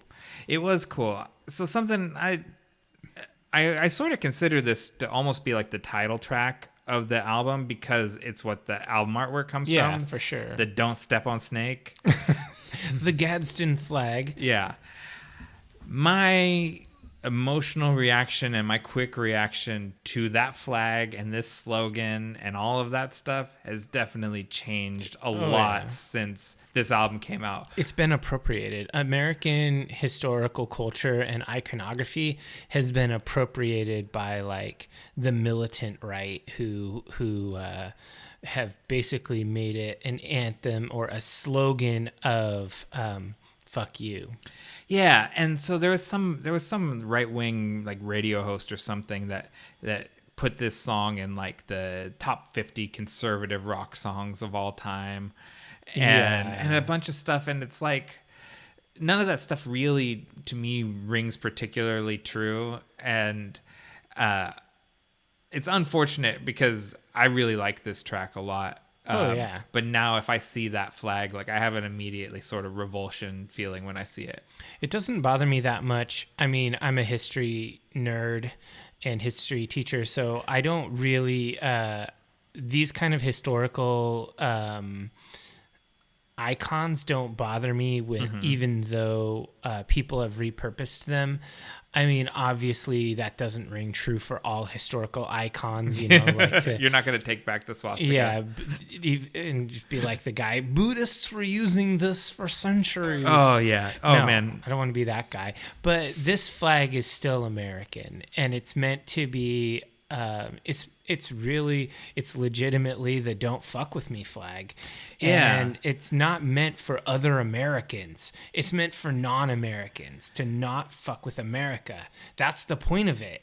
Yeah, that's interesting. So there was a cool James quote that I pulled out where he was talking about the sort of the inspiration of the song. And he said, America. He says, you find out what you really like about certain places, and you find out why you live in America. Even with the bad, fucked up shit, it's still the most happening place to hang out. Yeah. And like, I do deep down, like, even though we're critical of things that are going on, I do feel that way. Like, there's something about the vastness of America and the diversity of America that's really inspiring. Yeah. And that, to me, like, and as I think is supported by the things that they say in interviews and from the content, that is what they're celebrating. You know, like that idea, like America's something special. Yeah, and I think that is a worthy message and a worthy use of the Gadsden logo, the emblem, the snake. But I will say, as far as this song goes, I do like that opening, and I generally like the vibe. But I would say this is one of the less memorable songs on the album. I'm not trying to say it's bad or anything, but not every song can be a 10. You know, this is a good song, but it's kind of in an album of 62 minutes of music. This isn't one of the shining beacons of amazing. It's just pretty good. And maybe that shows it didn't start showing up in their live sets until 2012. Yeah, so when they're really mining the catalog. And it's, I think, largely because James didn't really like playing the song. And so it wasn't until they did a tour where they played the whole Black Album in its entirety. Yeah, and then they had to play it.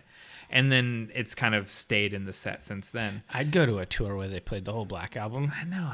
I wish we'd gone to one of those shows. We're so dumb. The Divers, you never remember, like, you never value those dollars that you saved. You only remember the experiences you didn't have. Oh, yeah. So things that you want to do, but it's going to be a little bit of a stretch, it's worth it to do it and not have that regret. For sure. I definitely think that experiences are the best thing you can spend your money on. 100%. I think it's just to kind of put a bow on this. This is the last track of the first LP of the 2 LP set. And I think if they ended the album right here, that would be fine. This would still be a classic album ended right here. It would still be a classic album, but there's at least one song on the next LP that is better than Don't Tread on Me. Oh yes. 100% I agree with you. It is. So let's listen to the second chorus off that track, and then we'll wrap up Don't Tread on Me. All right. So be it. Dread no more. To secure pieces. To prepare for. So be it. Settle the score. Touch me again with the words that you will hear evermore. Don't tread on me. Yeah, so that's to secure peace is to prepare for war. That seems the theme is that sort of security through intimidation, or it's the rattlesnake. It's the warning of the snake's tail. Yeah, I think he's speaking like in hyperbole, about the United States philosophy and all of that. So there's an interesting backdrop that you see in the documentary, because the first Gulf War is going on while they're doing these recordings, and they're watching, like in breaks they're watching CNN and stuff. That is interesting. I remember seeing that. There were clips of George Bush Sr. and Saddam Hussein and other things like that. It's interesting. Yeah, and I think a little bit of that. That makes it into this track a little bit. Maybe some of that mood. Yeah, for sure. This one has a little bit of that kind of frantic aggression, but I think ultimately it's a good track. But it's on the second LP for a reason. Mm-hmm. Well, no, it's on the first LP. It's the last track. The last track, man. Never mind. So it's the last track for a reason. Okay, yeah. So this next song that we're gonna listen to is "Through the Never." Yeah, "Through the Nether." So this is track 1 of LP number 2.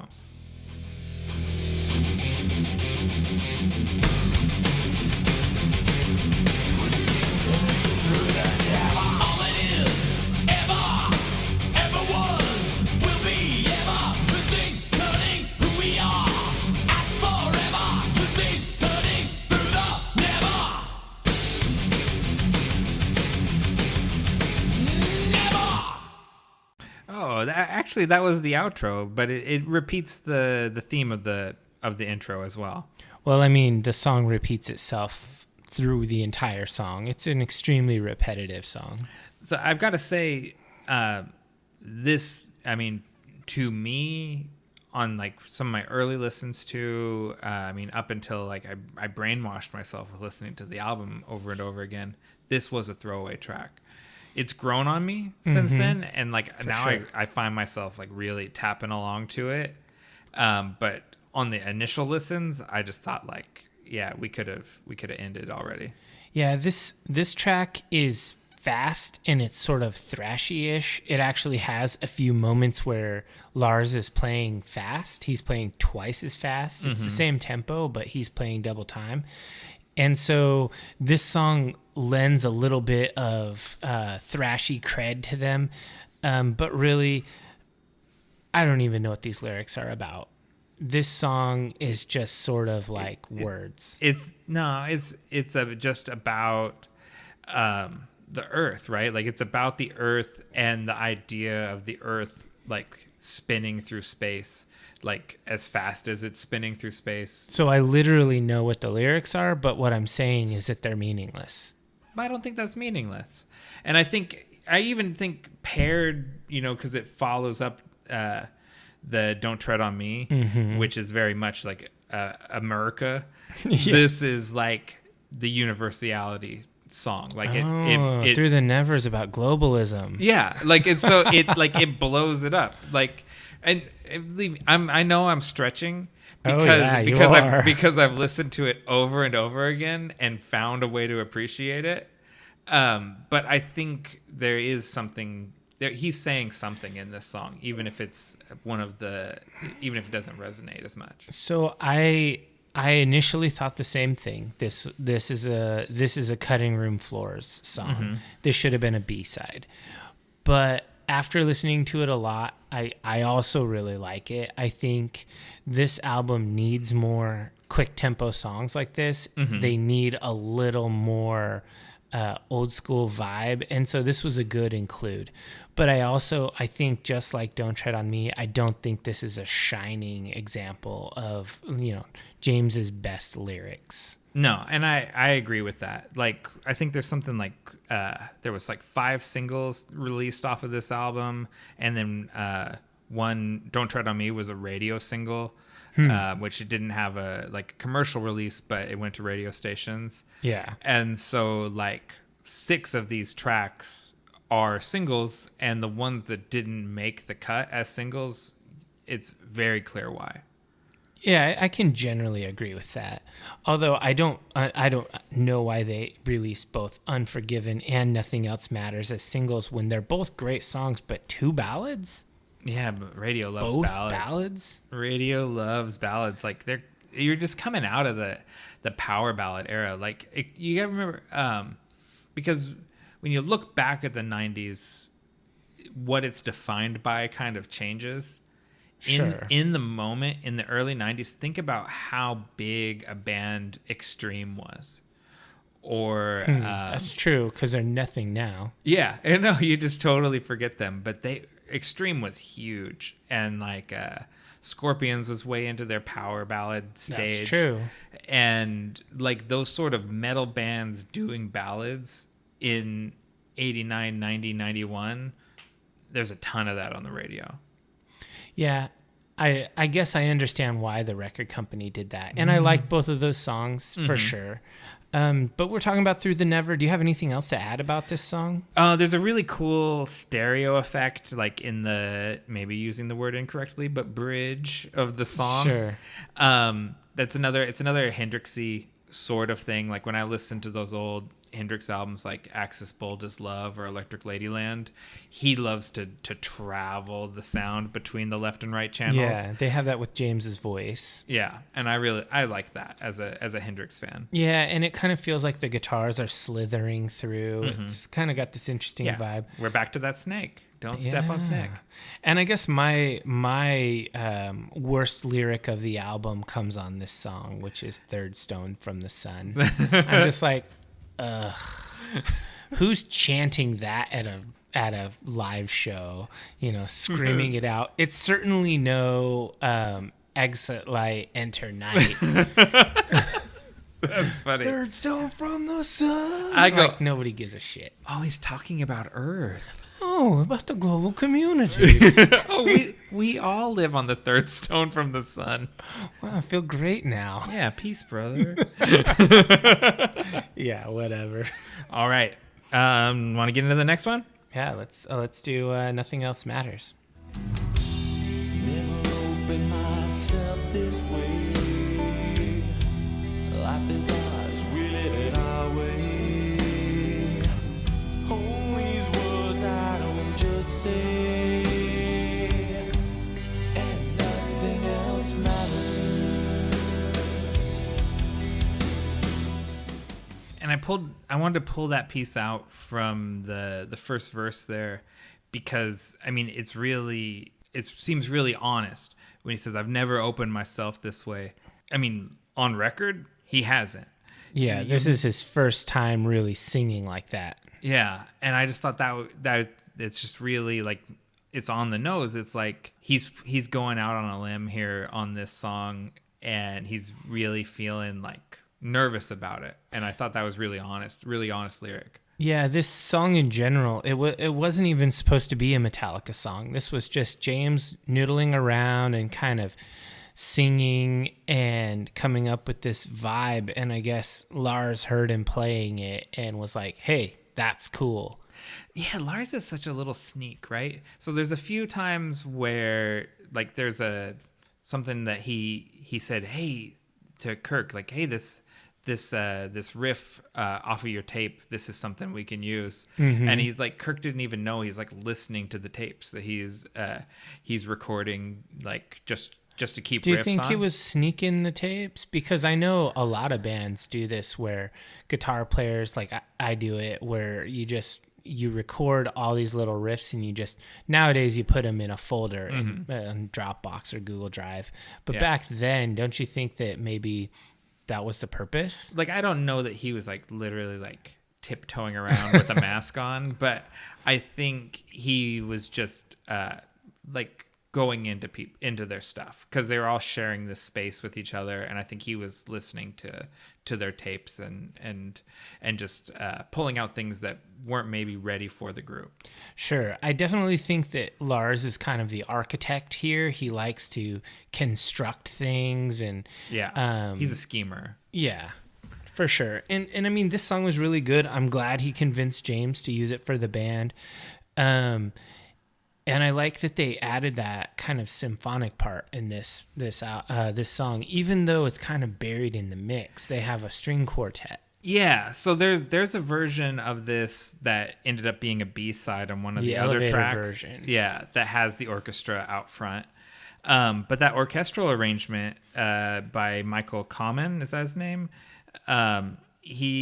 That ultimately leads into the S&M albums and the concerts that they play. Yeah, I haven't watched S&M 2 yet. It's brand new. It just came out. I didn't want to like sully my mind away from Black Album. I did the same thing. I didn't allow myself, even though Spotify and YouTube both were really pushing the S&M 2 on me. Mm-hmm. As far as music goes, I've only listened to the Black Album and Live Shit, Binge and Purge for like the last 2 weeks. Oh, damn. Yeah, so this is going to be a treat listening to S&M 2 because S&M 1 was really good. And this Nothing Else Matters session is what led to that because the guy, what's his name, Michael Kamen, I think. Michael Kamen. Kamen. And he basically says, yeah, I remember. It's Kamen because someone joked in one of the documentaries, called him like ramen or something. Okay. Anyway, he suggested like, you could do like an entire show like this. Yeah. And then 8 years later, he gets a call from Metallica's management or whatever, and they're like, they'll do that show you were talking about the other day. And he's like, the other day? He says, that was a lifetime ago. Yeah, I thought that was really funny. Yeah, they'll do that show. That's funny because it was just an idea. Yeah. And then because he recorded it and then like he arranged it and then recorded it and then sent it to them, and then they never responded to him. And then he introduced himself to them at the Grammys when they won the Best Metal Performance. Mm-hmm. And they were like, oh, yeah, we love the stuff that you recorded. And they played him the elevator music version. And he liked it. And they of course, they like what he does. They've now collaborated with him 3 times. Yeah. And so I just think that's really cool. I like this sort of collab. A lot of bands do it with just keyboards or synths or whatever. But it's cool. If you're Metallica huge, you can do it with get real the San symphony. Francisco Orchestra or whoever they pulled in to do it. Yeah, just pay these people good money. So this is the first time they work with any sort of orchestral arrangements. It's the first time James records like vocal harmonies. Yeah, that's really big for him because he never did it. Mm-hmm. And Kirk doesn't even play on this track. I thought that was really interesting. The lead, and this was kind of in my contenders for for my favorite lead, and it's a James lead. It's not a Kirk lead. Yeah, James plays some really interesting leads when he has that time. He's kind of he's like the Jeff Hanneman. He's not the Kerry King. You know, he plays it a lot more tastefully. Yeah, and so Kirk didn't actually even fully learn how to play this track until they were well into the tour, and I thought that was interesting. That is interesting. I didn't really know that, but you know, it makes sense. It's oftentimes in a band. I think if you're not needed on a track, if a particular thing isn't needed, don't add it just so you have something to do. Yeah. And so I thought some more about the genesis of this song that I thought was interesting, because James was he was talking on the phone with his girlfriend, and everyone else in the band while they're recording this album was all going through divorce. And James was like the one like holdout that is maintaining a relationship while everyone else is breaking them off. And he was sort of just noodling on the guitar while he was talking to his girlfriend. And then that ends up being the kernel that the song is built on, this idea of missing the girlfriend and reassuring her and yada yada yada. But it kind of like takes a turn and morphs into almost more of like a mission statement for the band. And I think that's really interesting how it moves from one theme to the other and one meaning to the other really seamlessly.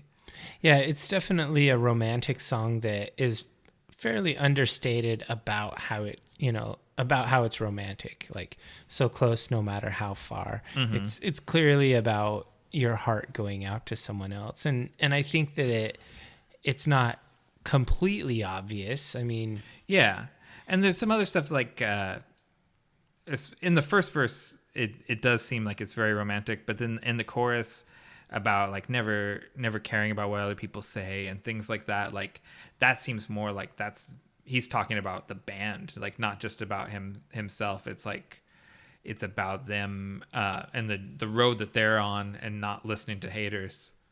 Yeah, it does definitely feel like James is really speaking from the heart on this song.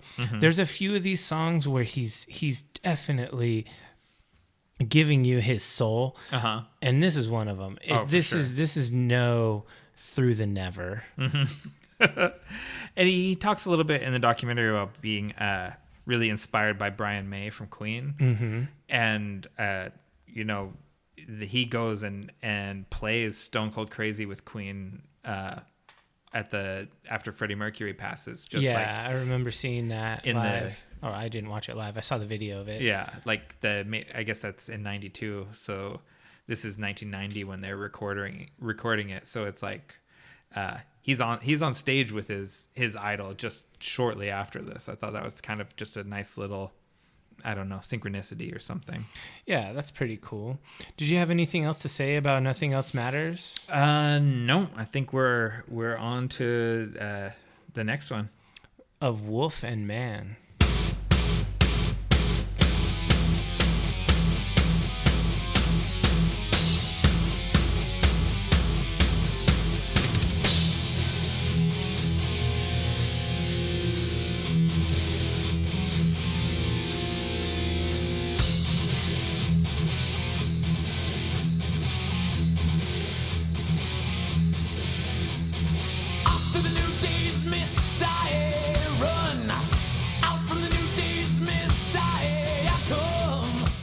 So I wrote down that the touring with Danzig rubbed off because they wrote a werewolf song. Oh yeah, but they didn't tour with Danzig until '94, so it was still a few years out. Yeah, I really loved this song as a teenager. Like this song really spoke to me. I mean, I was playing Werewolf the Apocalypse role-playing game back in the day, and this song it's the werewolf song for me. Yeah, for sure. It's so good. I really like this track too. And if in my mind, you could have flipped this to the spot where Through the Never is, and then ended with Nothing Else Matters, and 5-star album right there. Oh yeah, I mean, are you trying to say The God That Failed, My Friend of Misery, and The Struggle Within are not worthy of this album? I'll just say that I think the second LP of this 2 LP set probably doesn't get very much play, and the second side of the second LP Doesn't get any play. only got one time through, and then you never played it again. Oh, brutal. Yeah. On the CD, it's easier because it just plays through. That's true. But if you're talking about the record, you wear out LP1. Oh, yeah. And LP2, you just play Nothing Else Matters. I mean, and Of Wolf and Man. Yeah, well, I mean, it just comes on after Nothing Else Matters, I mean, and then the side is finished. That's true. I mean, I really like this song. This is one of my top songs for the album. Yeah. I love the opening with the super abrasive guitars, and then they're doing it with some syncopation. One of the cool things about this is that the guitar tone that they chose. Mm-hmm. This is not the same kind of, I guess, smooth growl that they usually use. There's a lot more of that. They call it the California smile, where they scoop out the mids, boost the bass, boost the treble, lots of gain. Yeah. So it just has that growling, guttural. It's just really gnarly, and I love that for the opening of the song, where it's just like da da da da.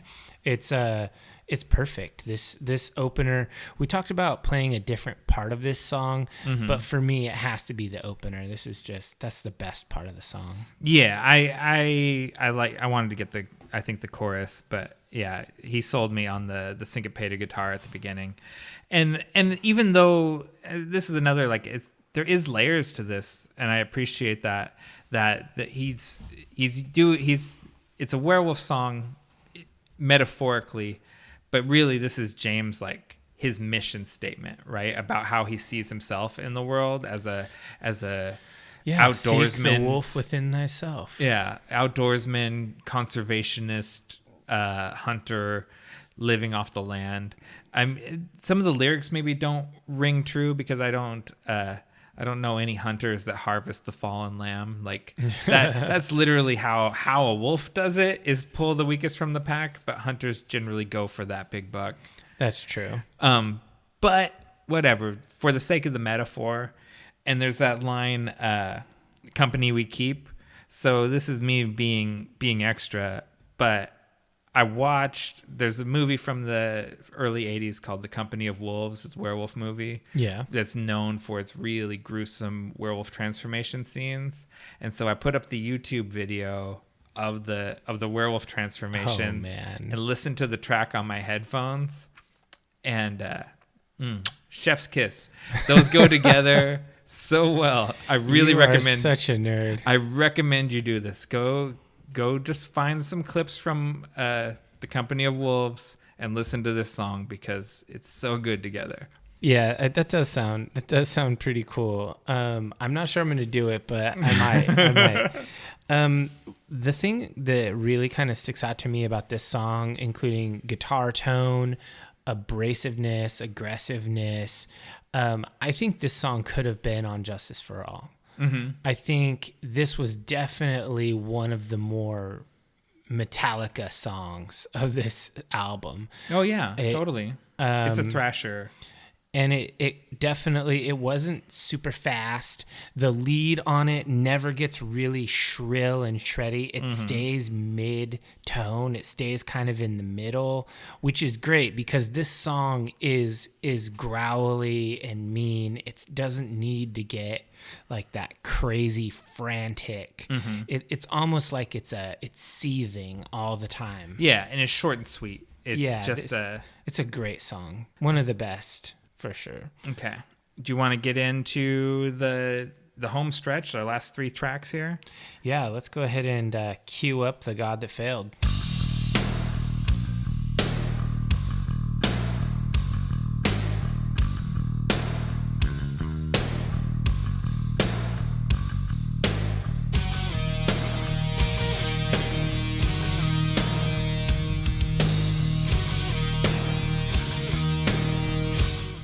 So I want to plant a seed right now that these next 2 tracks, this one, The God That Failed, and the following one, My Friend of Misery, the intros to both of these remind me of another band later in the 90s. And so I just want you to think of, I'm going to pluck the seed on the next track, but I want you Okay. to start thinking about it now. Well, okay, I'll start thinking about it. I got to say that this bass intro is really good. I think that it has like a really cool vibe to it, and it's really moody. I like that they let Jason breathe a little bit on this album. I mean, they have 2 songs on the back end of the album Right. with the bass intros, and that's a little bit of a shame, but I'm just glad that he got to have his moments. This song really feels heavy. They managed to get some sort of gravity on The God That Failed. Even though they keep it at that 120 BPM, it just grinds. It's just like an earth mover. Yeah, and I thought the story behind this song I thought was really interesting. I've mentioned it a couple times. James's religious upbringing, but he's raised a Christian Scientist, which, in general, like kind of one of the fundamental principles of that sect of Christianity is kind of eschewing modern medicine and relying on the power of prayer. And his mother passed away to cancer. And so The God That Failed is about that, about that relying on prayer and ignoring medicine failing him. Yeah, that's really personal to him, and obviously these lyrics meant something to him. And I'm glad that he included them, because I feel like this song actually is kind of lost without having some decent lyrics in it. Yeah. It's probably about 2 minutes longer than it needs to be, and it's very clearly one of those songs that is a filler track. I don't love it. I like it. If this came on the radio, or who listens to the radio? If I'm at someone's house and they have a Spotify shuffle going or something, and I hear this opening bass line, and then that guitar part like da-na-na, da-na-na, I'm like, yeah, fuck yeah. So no doubt I like the song.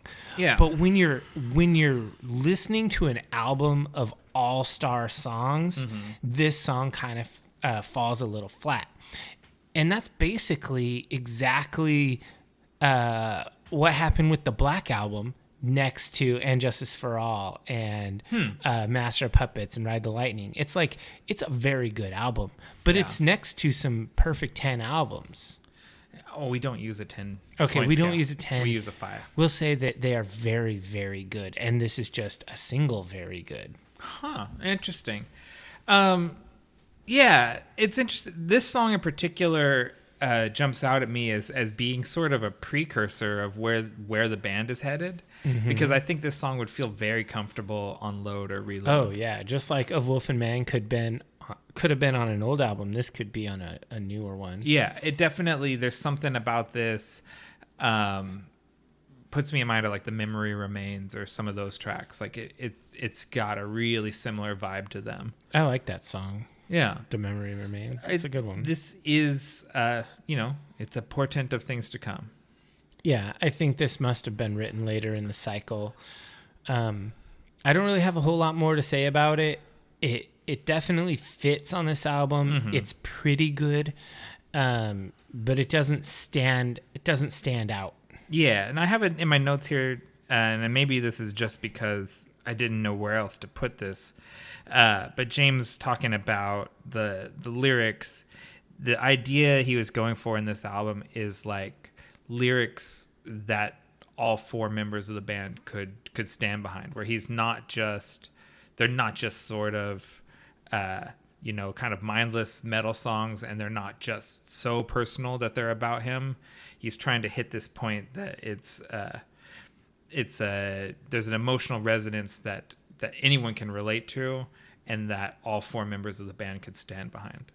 That's interesting. I wonder why he made that decision. But I'm okay with that.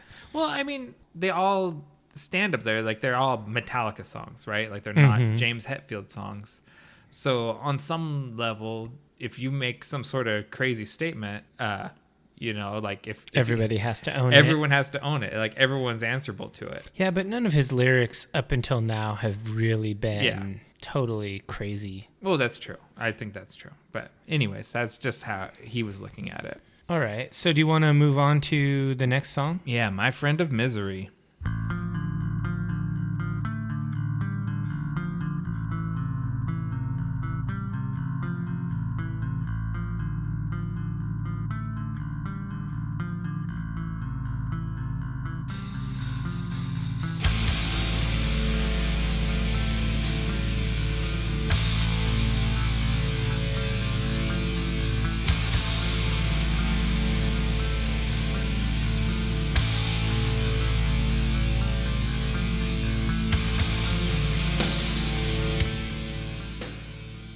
So that bass intro, and then coming in, Lars comes in on the hi-hat. Mm-hmm. You didn't get very long to think about it, but do you know what band it reminds me of? It's another Bay Area band. No, I'm not thinking about it. AFI. AFI. Yeah, Oh, like if you think about yeah. Black Sails at Sunset era, AFI, like a song like Exsanguination, they That's come in true. with that bass line at the You beginning. think Hunter is a Metallica fan? I think I think Jade is kind of the primary songwriter and the metalhead in the band. That's true. There are YouTube videos of him playing metal songs on YouTube where he's just, playing. Yeah. So I feel pretty confident that made a big impression on him, if no one else in that band.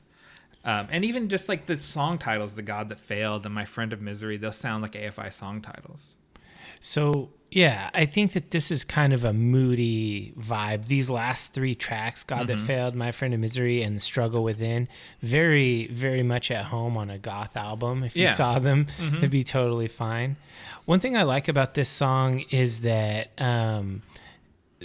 so this bass intro is really cool, and it makes me wonder why they held off until near the end of the album with it. I like the guitars ringing out. It makes it feel like really moody. I like that. And then there's this, it kind of goes forward with the riffs, and I feel like there's like a really good guitar melody going on. I like Kirk's playing on this song. How it just, I've used this before, but it feels like it kind of hovers above it all, and it sounds really interesting how they do some, it's really good production. But one thing that I kind of don't like is this song is like the opposite of Wolf and Man, where a Wolf and Man is like a hard charger. It's like it's stomping and it's got a lot to say, and it's a mission statement, an angry mission statement. Yeah. This is like the opposite. It's like James is wondering, like these lyrics are about like, I hate whiners, like stop being a bitch. Oh yeah, the empty can rattles the most. Yeah, this is really just, it's like this is like a proto version of calling someone a snowflake. Yeah, so the lyrics are really in this song an afterthought. Yeah. Because this was originally intended to be an instrumental track. Yeah, they've done one on several of their albums, and I love the instrumental songs. Yeah, and when they play it live, like on the Live Shit, Binge, and Purge record, this track is listed as solos, parentheses, bass/guitar. Like, and James does not do any vocals. Yeah, on because it. the bass and the guitar solos in this song are fucking great. Yeah, and so the lyric, I mean, I don't know why they made that choice to put lyrics on this track. I think cynically, it's so that James has a writing credit on it. Oh man, It's the only song on the whole album that Jason has a writing credit on, and the lyrics really not even The God That Failed. No, Damn. it's the only Jason song, and That's a thing that used to be huge, was writing credits by song, by member. You don't even see that anymore. In modern albums or newer bands, all it ever says is like all songs by, and then the band. Yeah. Or if one person wrote them all, it'll just be like all songs by. Yeah. You never see each song broken out. And I think this is a vestige of the old the old royalties system where for sure. singles were released individually and people would get more money based on their writing credits and all of that. That's just not really a thing anymore. Well, no one makes any money now. Yeah, that's true. So like when my band puts out something, it's just like all songs by Barrowlands, because we're not going to take the time, like, did Jay write the main riff here? Did Dave write the riff here? Like, do we count all of this stuff? Like, Carrie writes these really cool piano parts and stuff. Is that the main lick? Who gets the writing credit? It's just dumb. I'd rather just be like, all songs by Barrowlands. And it just breeds resentment in the band, right? Yeah. Because it's kind of there's certain bands like Queen, it's really famous. Queen's famous for it. That they competitively tried to write all 4 members of the band write singles. Yeah. And everyone's wanting to be like the one that has like the hit single off the record. And it drove them to make incredible albums. They also took a bunch of musical jaunts off to the side that didn't always land. That's true. So, but anyways, cynically, they needed a Bob Rock. Someone to rein them in. Yeah.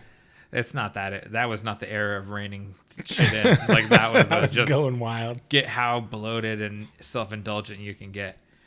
Like our podcast. Oh, yeah. But you have to be a narcissist to do this sort of thing. Totally. I cynically think the lyrics are just there so that James gets royalties off the song.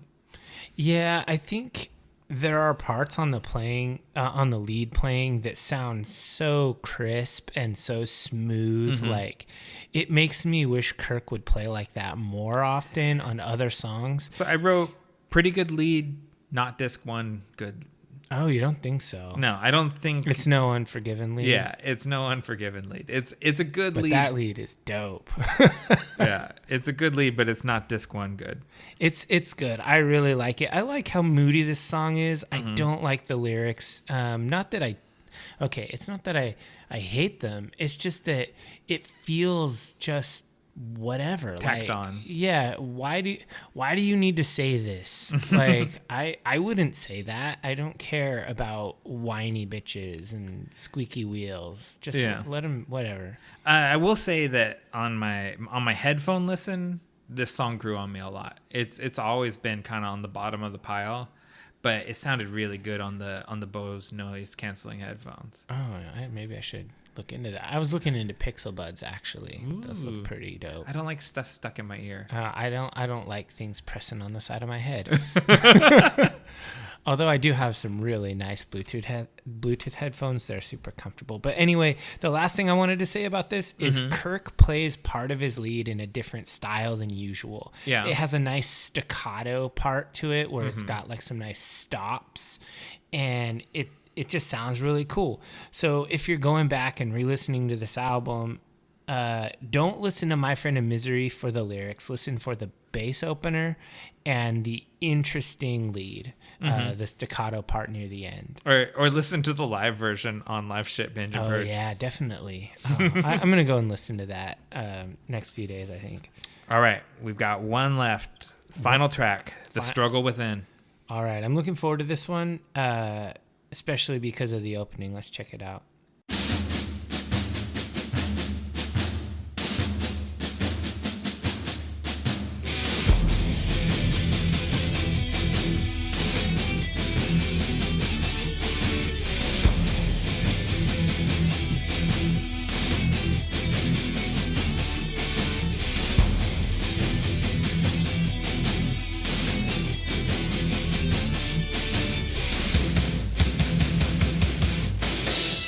I really like that militaristic march drum intro. Oh yeah, the snare march, the roll, it's just so good.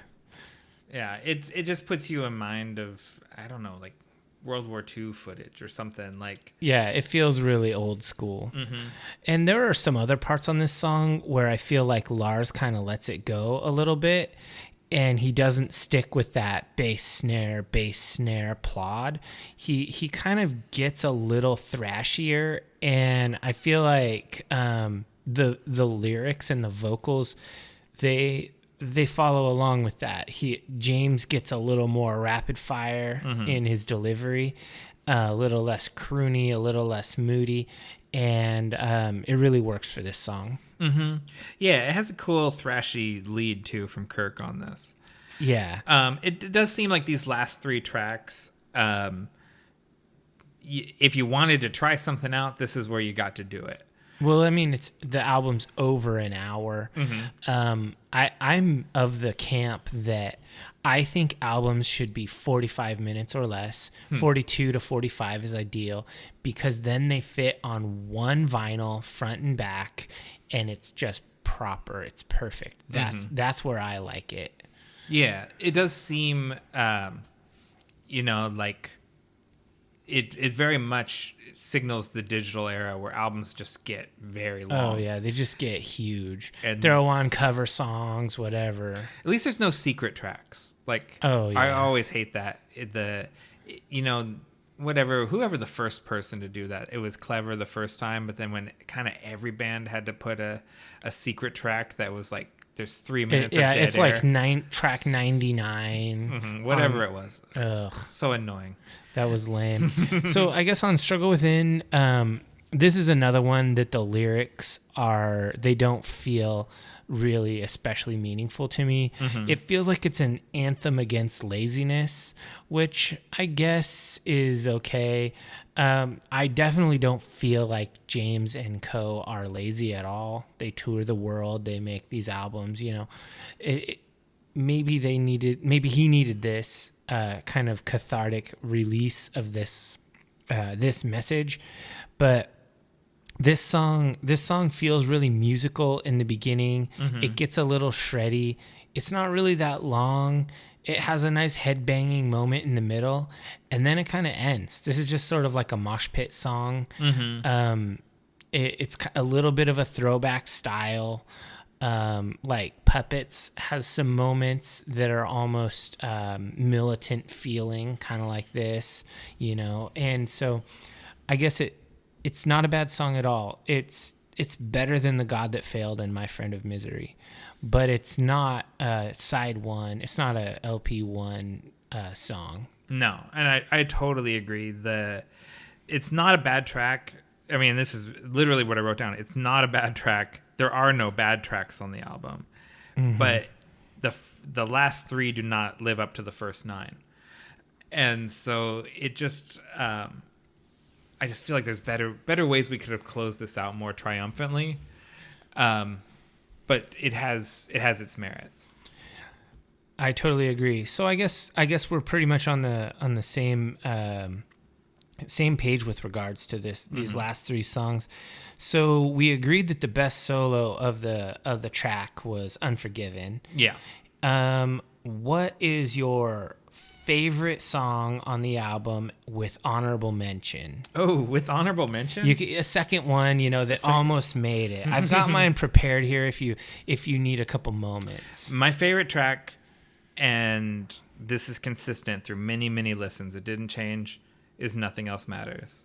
Oh, wow. Okay. Yeah. It's a really good track, but it's not mine. It's the one, like, when I was listening to it on headphones or when I'm listening to it in the car, it's the one, like, that I could just lock into the most. I love that track. Singing it, belting it out. Yeah, belting it out, like, yeah. And I like, belt out all these songs. Air drums and, like, the works, like, that is the one that I really love.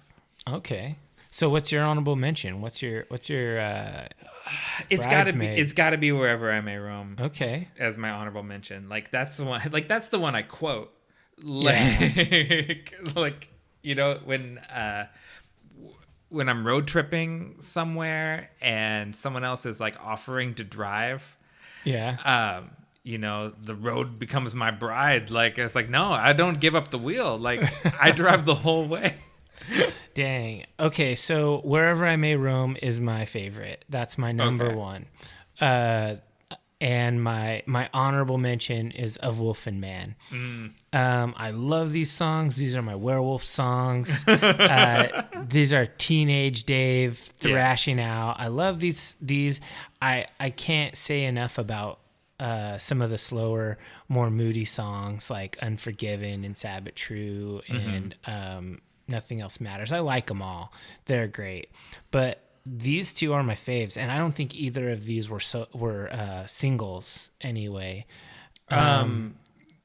Of wherever? No, they weren't. And I think that's interesting. I think these are definitely two of the best songs on the album, and they eclipse a lot of the earliest tracks. Okay, wait. Wherever I May Roam was a single. It was the fourth single. Oh, okay. So I guess I did choose a radio song, but that's cool because it's really, really good.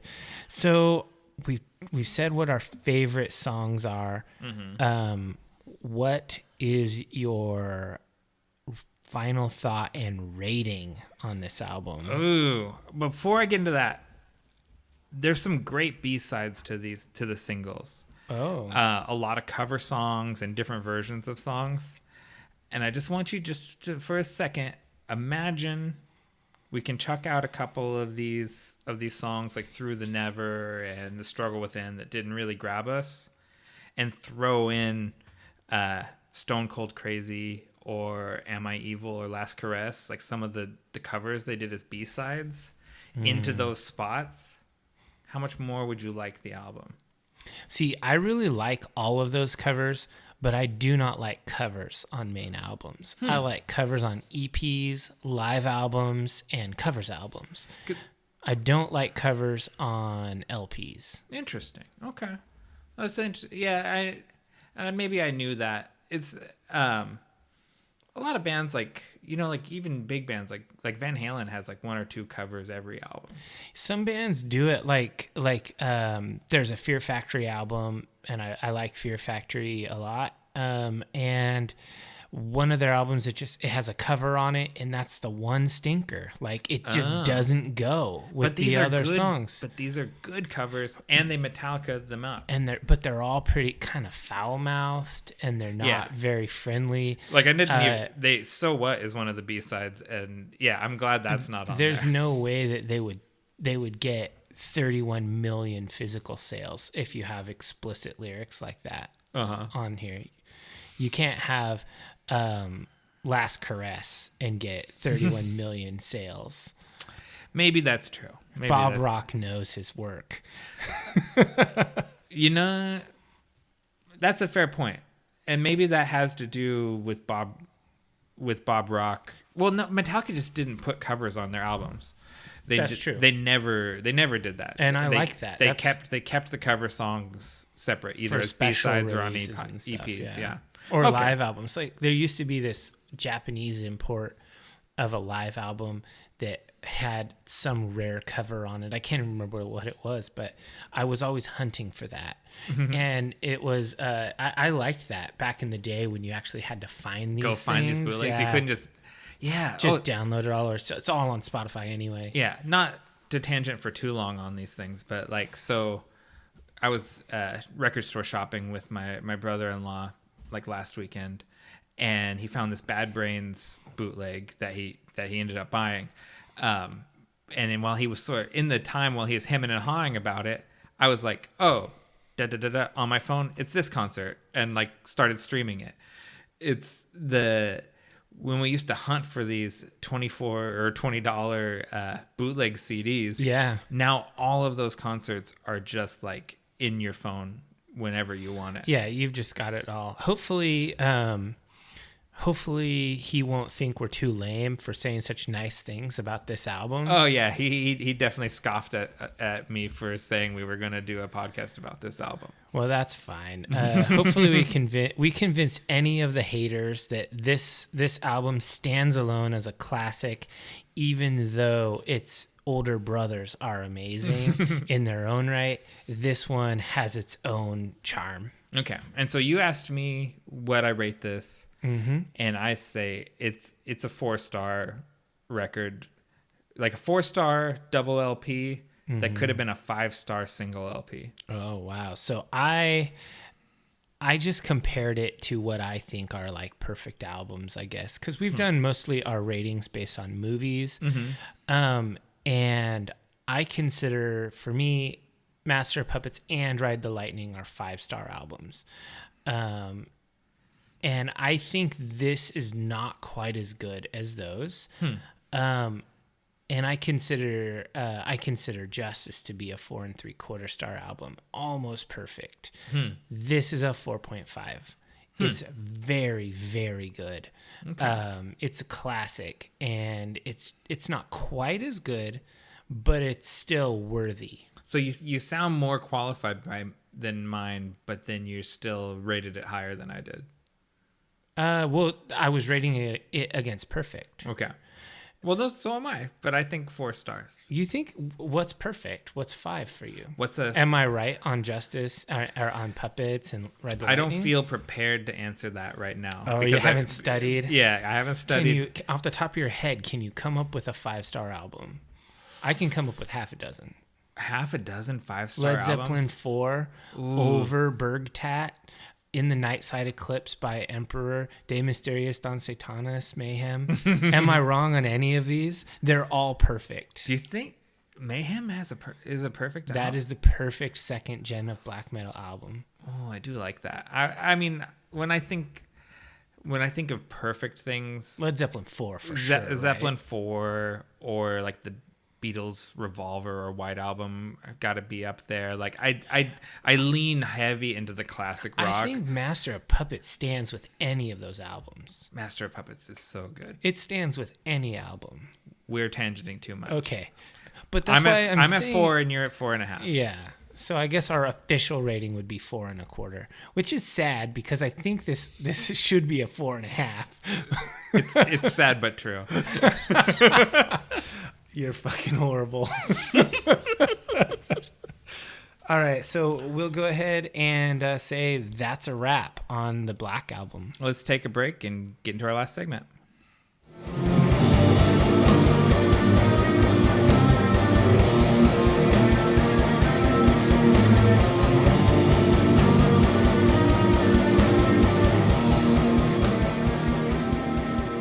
Welcome back, divers. It's our final segment, the one where I ask Dave, what are you into right now? All right, I was really thinking about this, and I don't want this segment to be the what are you streaming right now, but I decided that that's what I was going to do. Right now, because I'm kind of locked in the house with all this nonsense going on in the real world, I've been watching a lot of stuff, one of which is The Boys on Amazon. Ooh. Season 2 is out, not in its entirety. Yeah. As of this recording, 4 episodes are out. Okay. And I've watched them all. Maybe 5. I've watched them all, whatever it is. 5, actually. Are you caught up? I've watched definitely the first 3. I don't know if I've watched number 4 yet.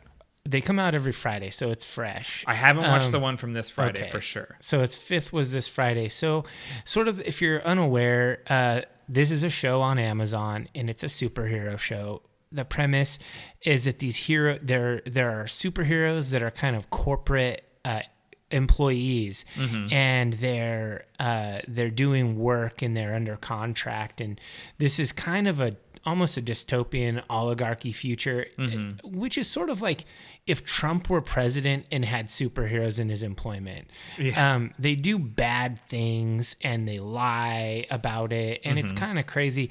And then so the series follows this big mega team called the Seven, that's led by this sort of caricature of Captain America and Superman called Homelander, who's a real piece of work. And that's not a spoiler. Yeah. It's in the trailers. And we're in the 2nd season, so you can assume you have to have seen season 1. And then there's the other group, which are just nebulously called the Boys, which are regular people mostly that have a beef with superheroes. They've been wronged, and so they're going against the mega corporation Vought, which employs the Seven and has all this stuff going on. So the Seven is kind of like a dark analog to the Justice League. Yeah, and so I really like this show because I like dark dystopian type vibes. I like this idea that superheroes are really unpolished and they're just human beings. I'm loving the 2nd season. This new character they brought in, Stormfront. She's from Portland, where we live near, and she's a real bitch in like an awesome sort of way. Could you do that as a non-gendered insult, Dave? She is really salty, and and the thing is I say that like I'm cheering her on. Oh, she really? talks mad shit about Vought like all the time. She runs her own press conferences where she smack talks her employers. She talks about their inaction. She's a real Portlander.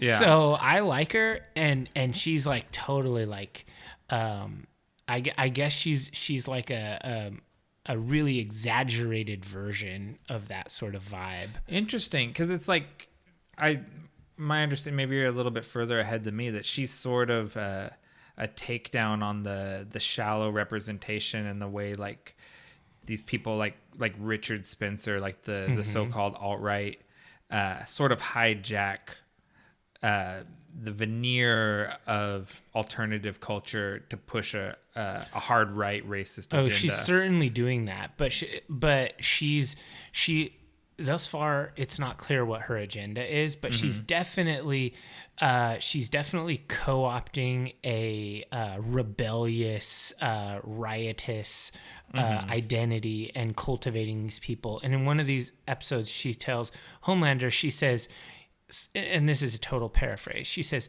"You have 30 million fans. I have 5 million soldiers." And so she's pretty badass. Yeah. And I like her. And I think the boys are really cool. And I like all these characters. And so that leads me to the writer, Garth Ennis, whatever. Ennis. Garth Ennis. Garth He's Ennis. this Irish dude. And I've been, I'd say I'm a low-key fan. And I've been a low-key fan since he first started writing Preacher. Yeah. I was reading Preacher when it was fresh on the shelves. Like I've always liked Preacher. So I think he's awesome. I still haven't watched the show they made from that. But then also the show, this property was created in conjunction with Derek Robertson, who made Transmetropolitan. Yeah. And I've read all of Transmetropolitan. I have all of that digitally on my hard drive. I keep it on my external just for an occasional reread. And he's awesome. Derek Robertson also did the Wolverine run with Rucka.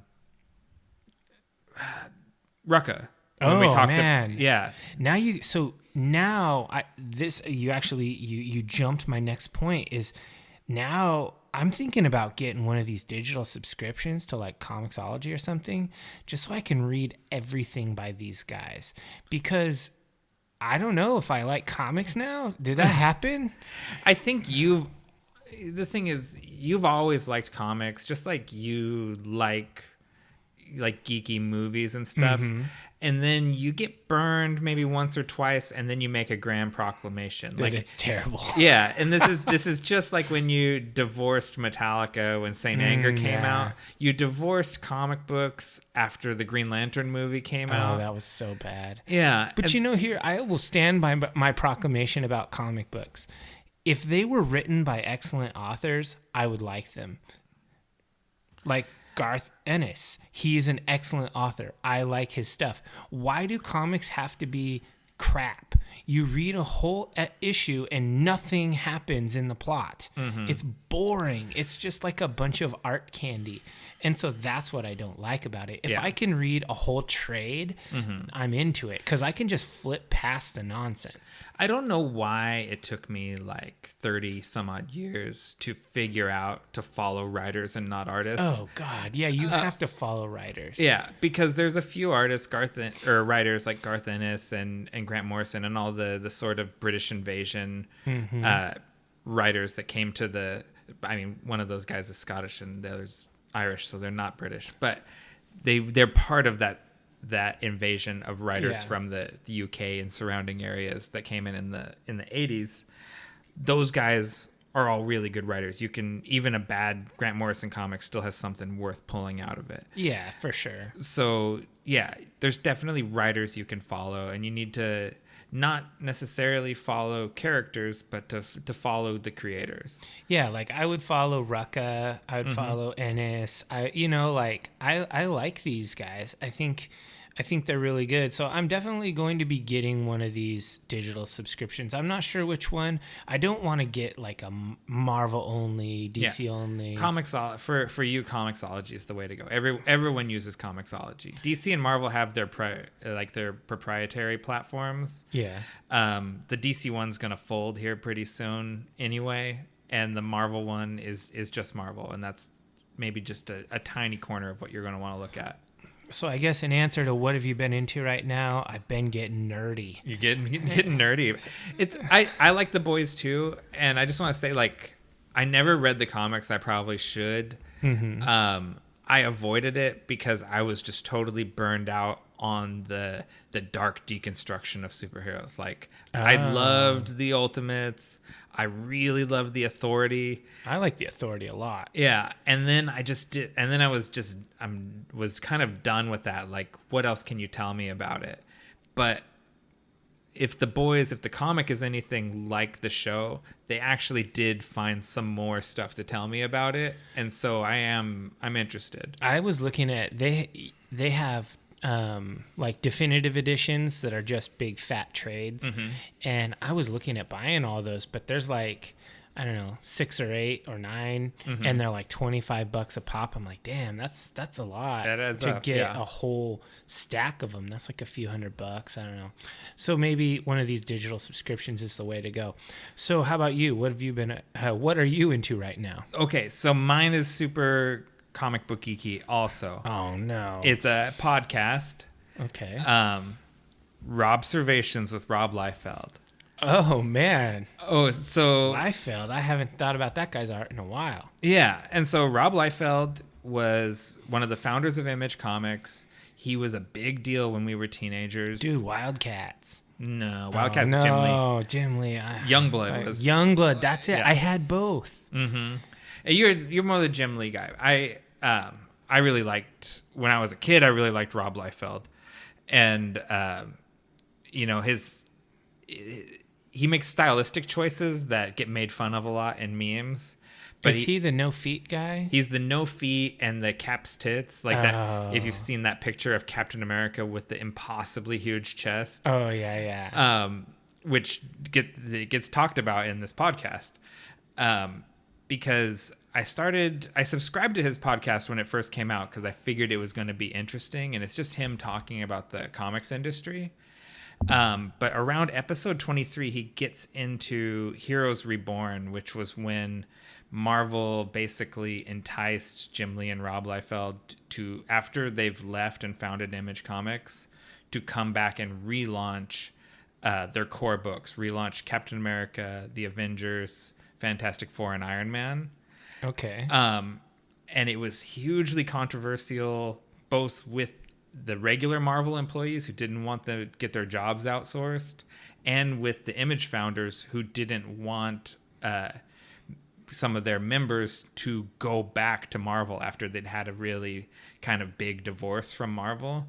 And it's super inside baseball, corporate intrigue. Like, Rob comes with like all like the court affidavits, and he spills the tea on like behind the stuff with Jim Lee, and I was like riveted for like like 6-7 episodes of the podcast as he just takes like step by step how this stuff all went, and how he ended up leaving Image Comics, and then Jim Lee ended up leaving Image Comics, and it's very behind the scenes and very dirty, and Rob's got all the evidence. Wow. And I was like, man, this is like, I don't know, it's like a corporate intrigue drama or something. I haven't really listened to a lot of podcasts that are just one person talking. Mm-hmm. It sounds difficult to do. Yeah. But does it hold up? Is it interesting? Yeah, I mean, I haven't gone back to before this part, and I haven't really listened to anything beyond this, so I don't know because he just does episodes where he's talking about different trends and stuff in comics and his influences and everything. And then, I mean, and that's mostly what I listen to, and that's kind of what we do, is just like talking about things we're interested in. Yeah. But anyways, I just found this stuff just super captivating, and to look where they are, and like where Jim Lee has ended up as like the publisher of DC Comics. The seeds, like Jim Lee was scheming much earlier than I had realized to get a position like that, and I think it's just really interesting. So is Rob still friends with Jim Lee, or are they not buddies? Rob is definitely an outsider with the other Image founders, but I think Jim Lee is a bit of an outsider with the other Image founders too, because they both sort of burned their bridges when they left, and that all gets detailed heavily in the podcast. That's interesting. I'm not sure I'm going to listen to that, but it is interesting that someone's actually doing that, spilling the beans. Oh yeah, and he does some unflattering impressions of people, especially Todd McFarlane. Ooh. Obviously, there's if anyone that he still has sort of like negative feelings toward is Todd McFarlane, and he makes fun of him a lot through the course of this podcast. Wow.